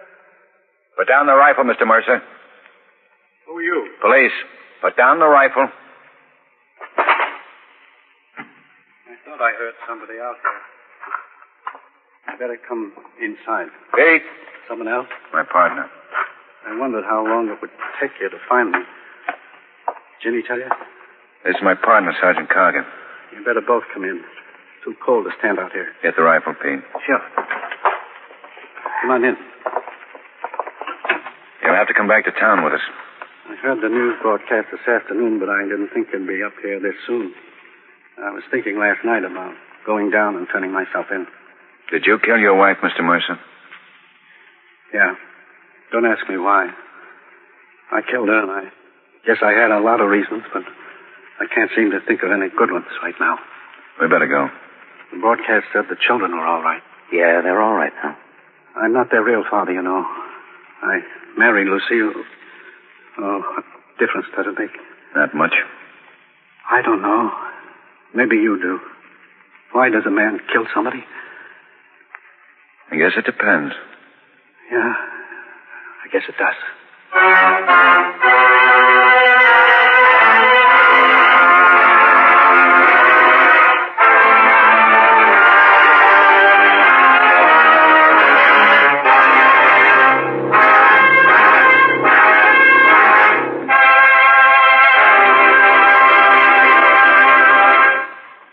Lineup, where before you pass the innocent, the vagrant, the thief, the murderer. Listen again next week when we again bring you the lineup. May I have your attention, please? You people out there on the other side of the wire in the audience room, may I have your attention, please? Thank you. My name is Carger, Sergeant Pete Carger. I'll explain the lineup to you. Each of the suspects you will see will be numbered. I'll call off a number, their name, and charge. If you have any questions or identifications, please remember the number assigned to the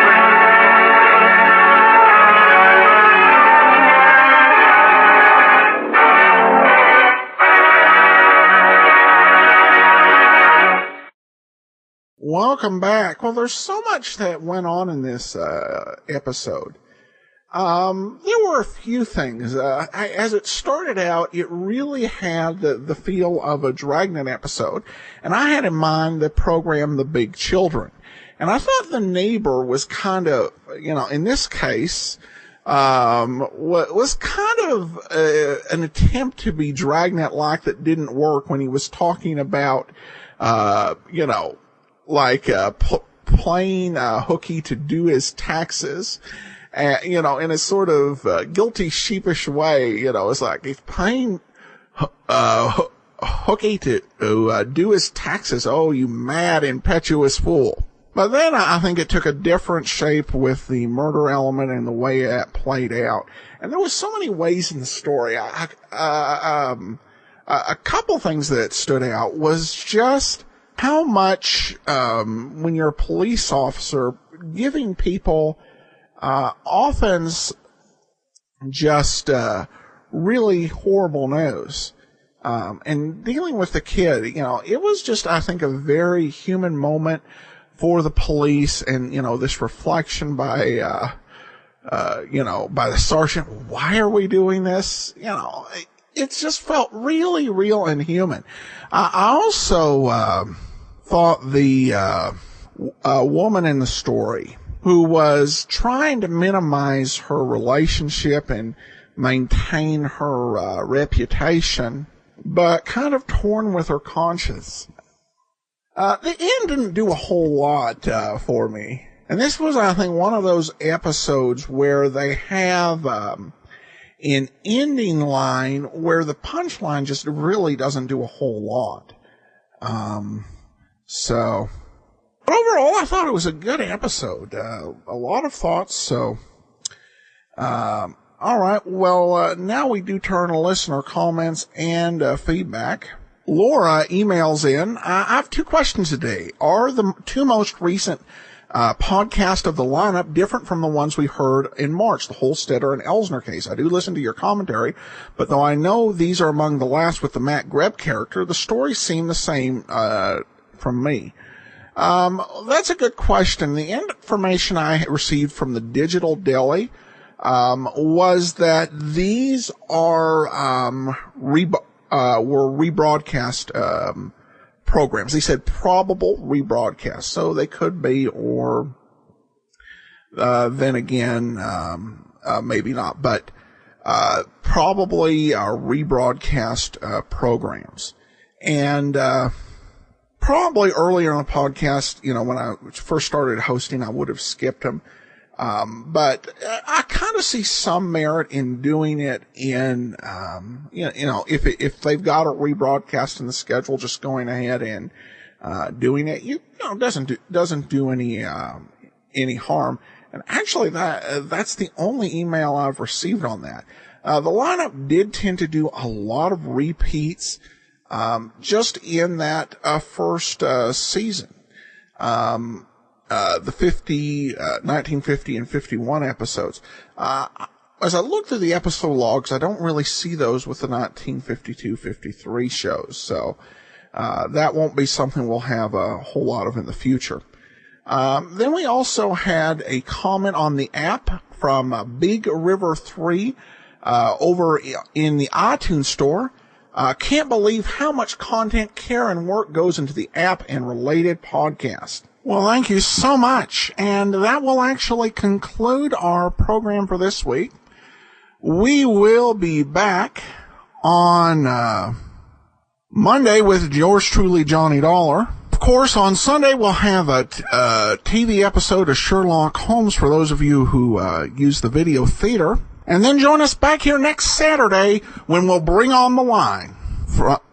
Send your comments to Box13, GreatDetectives.net. Follow us on Twitter at Radio Detectives and become one of our friends on Facebook, Facebook.com/Radio Detectives.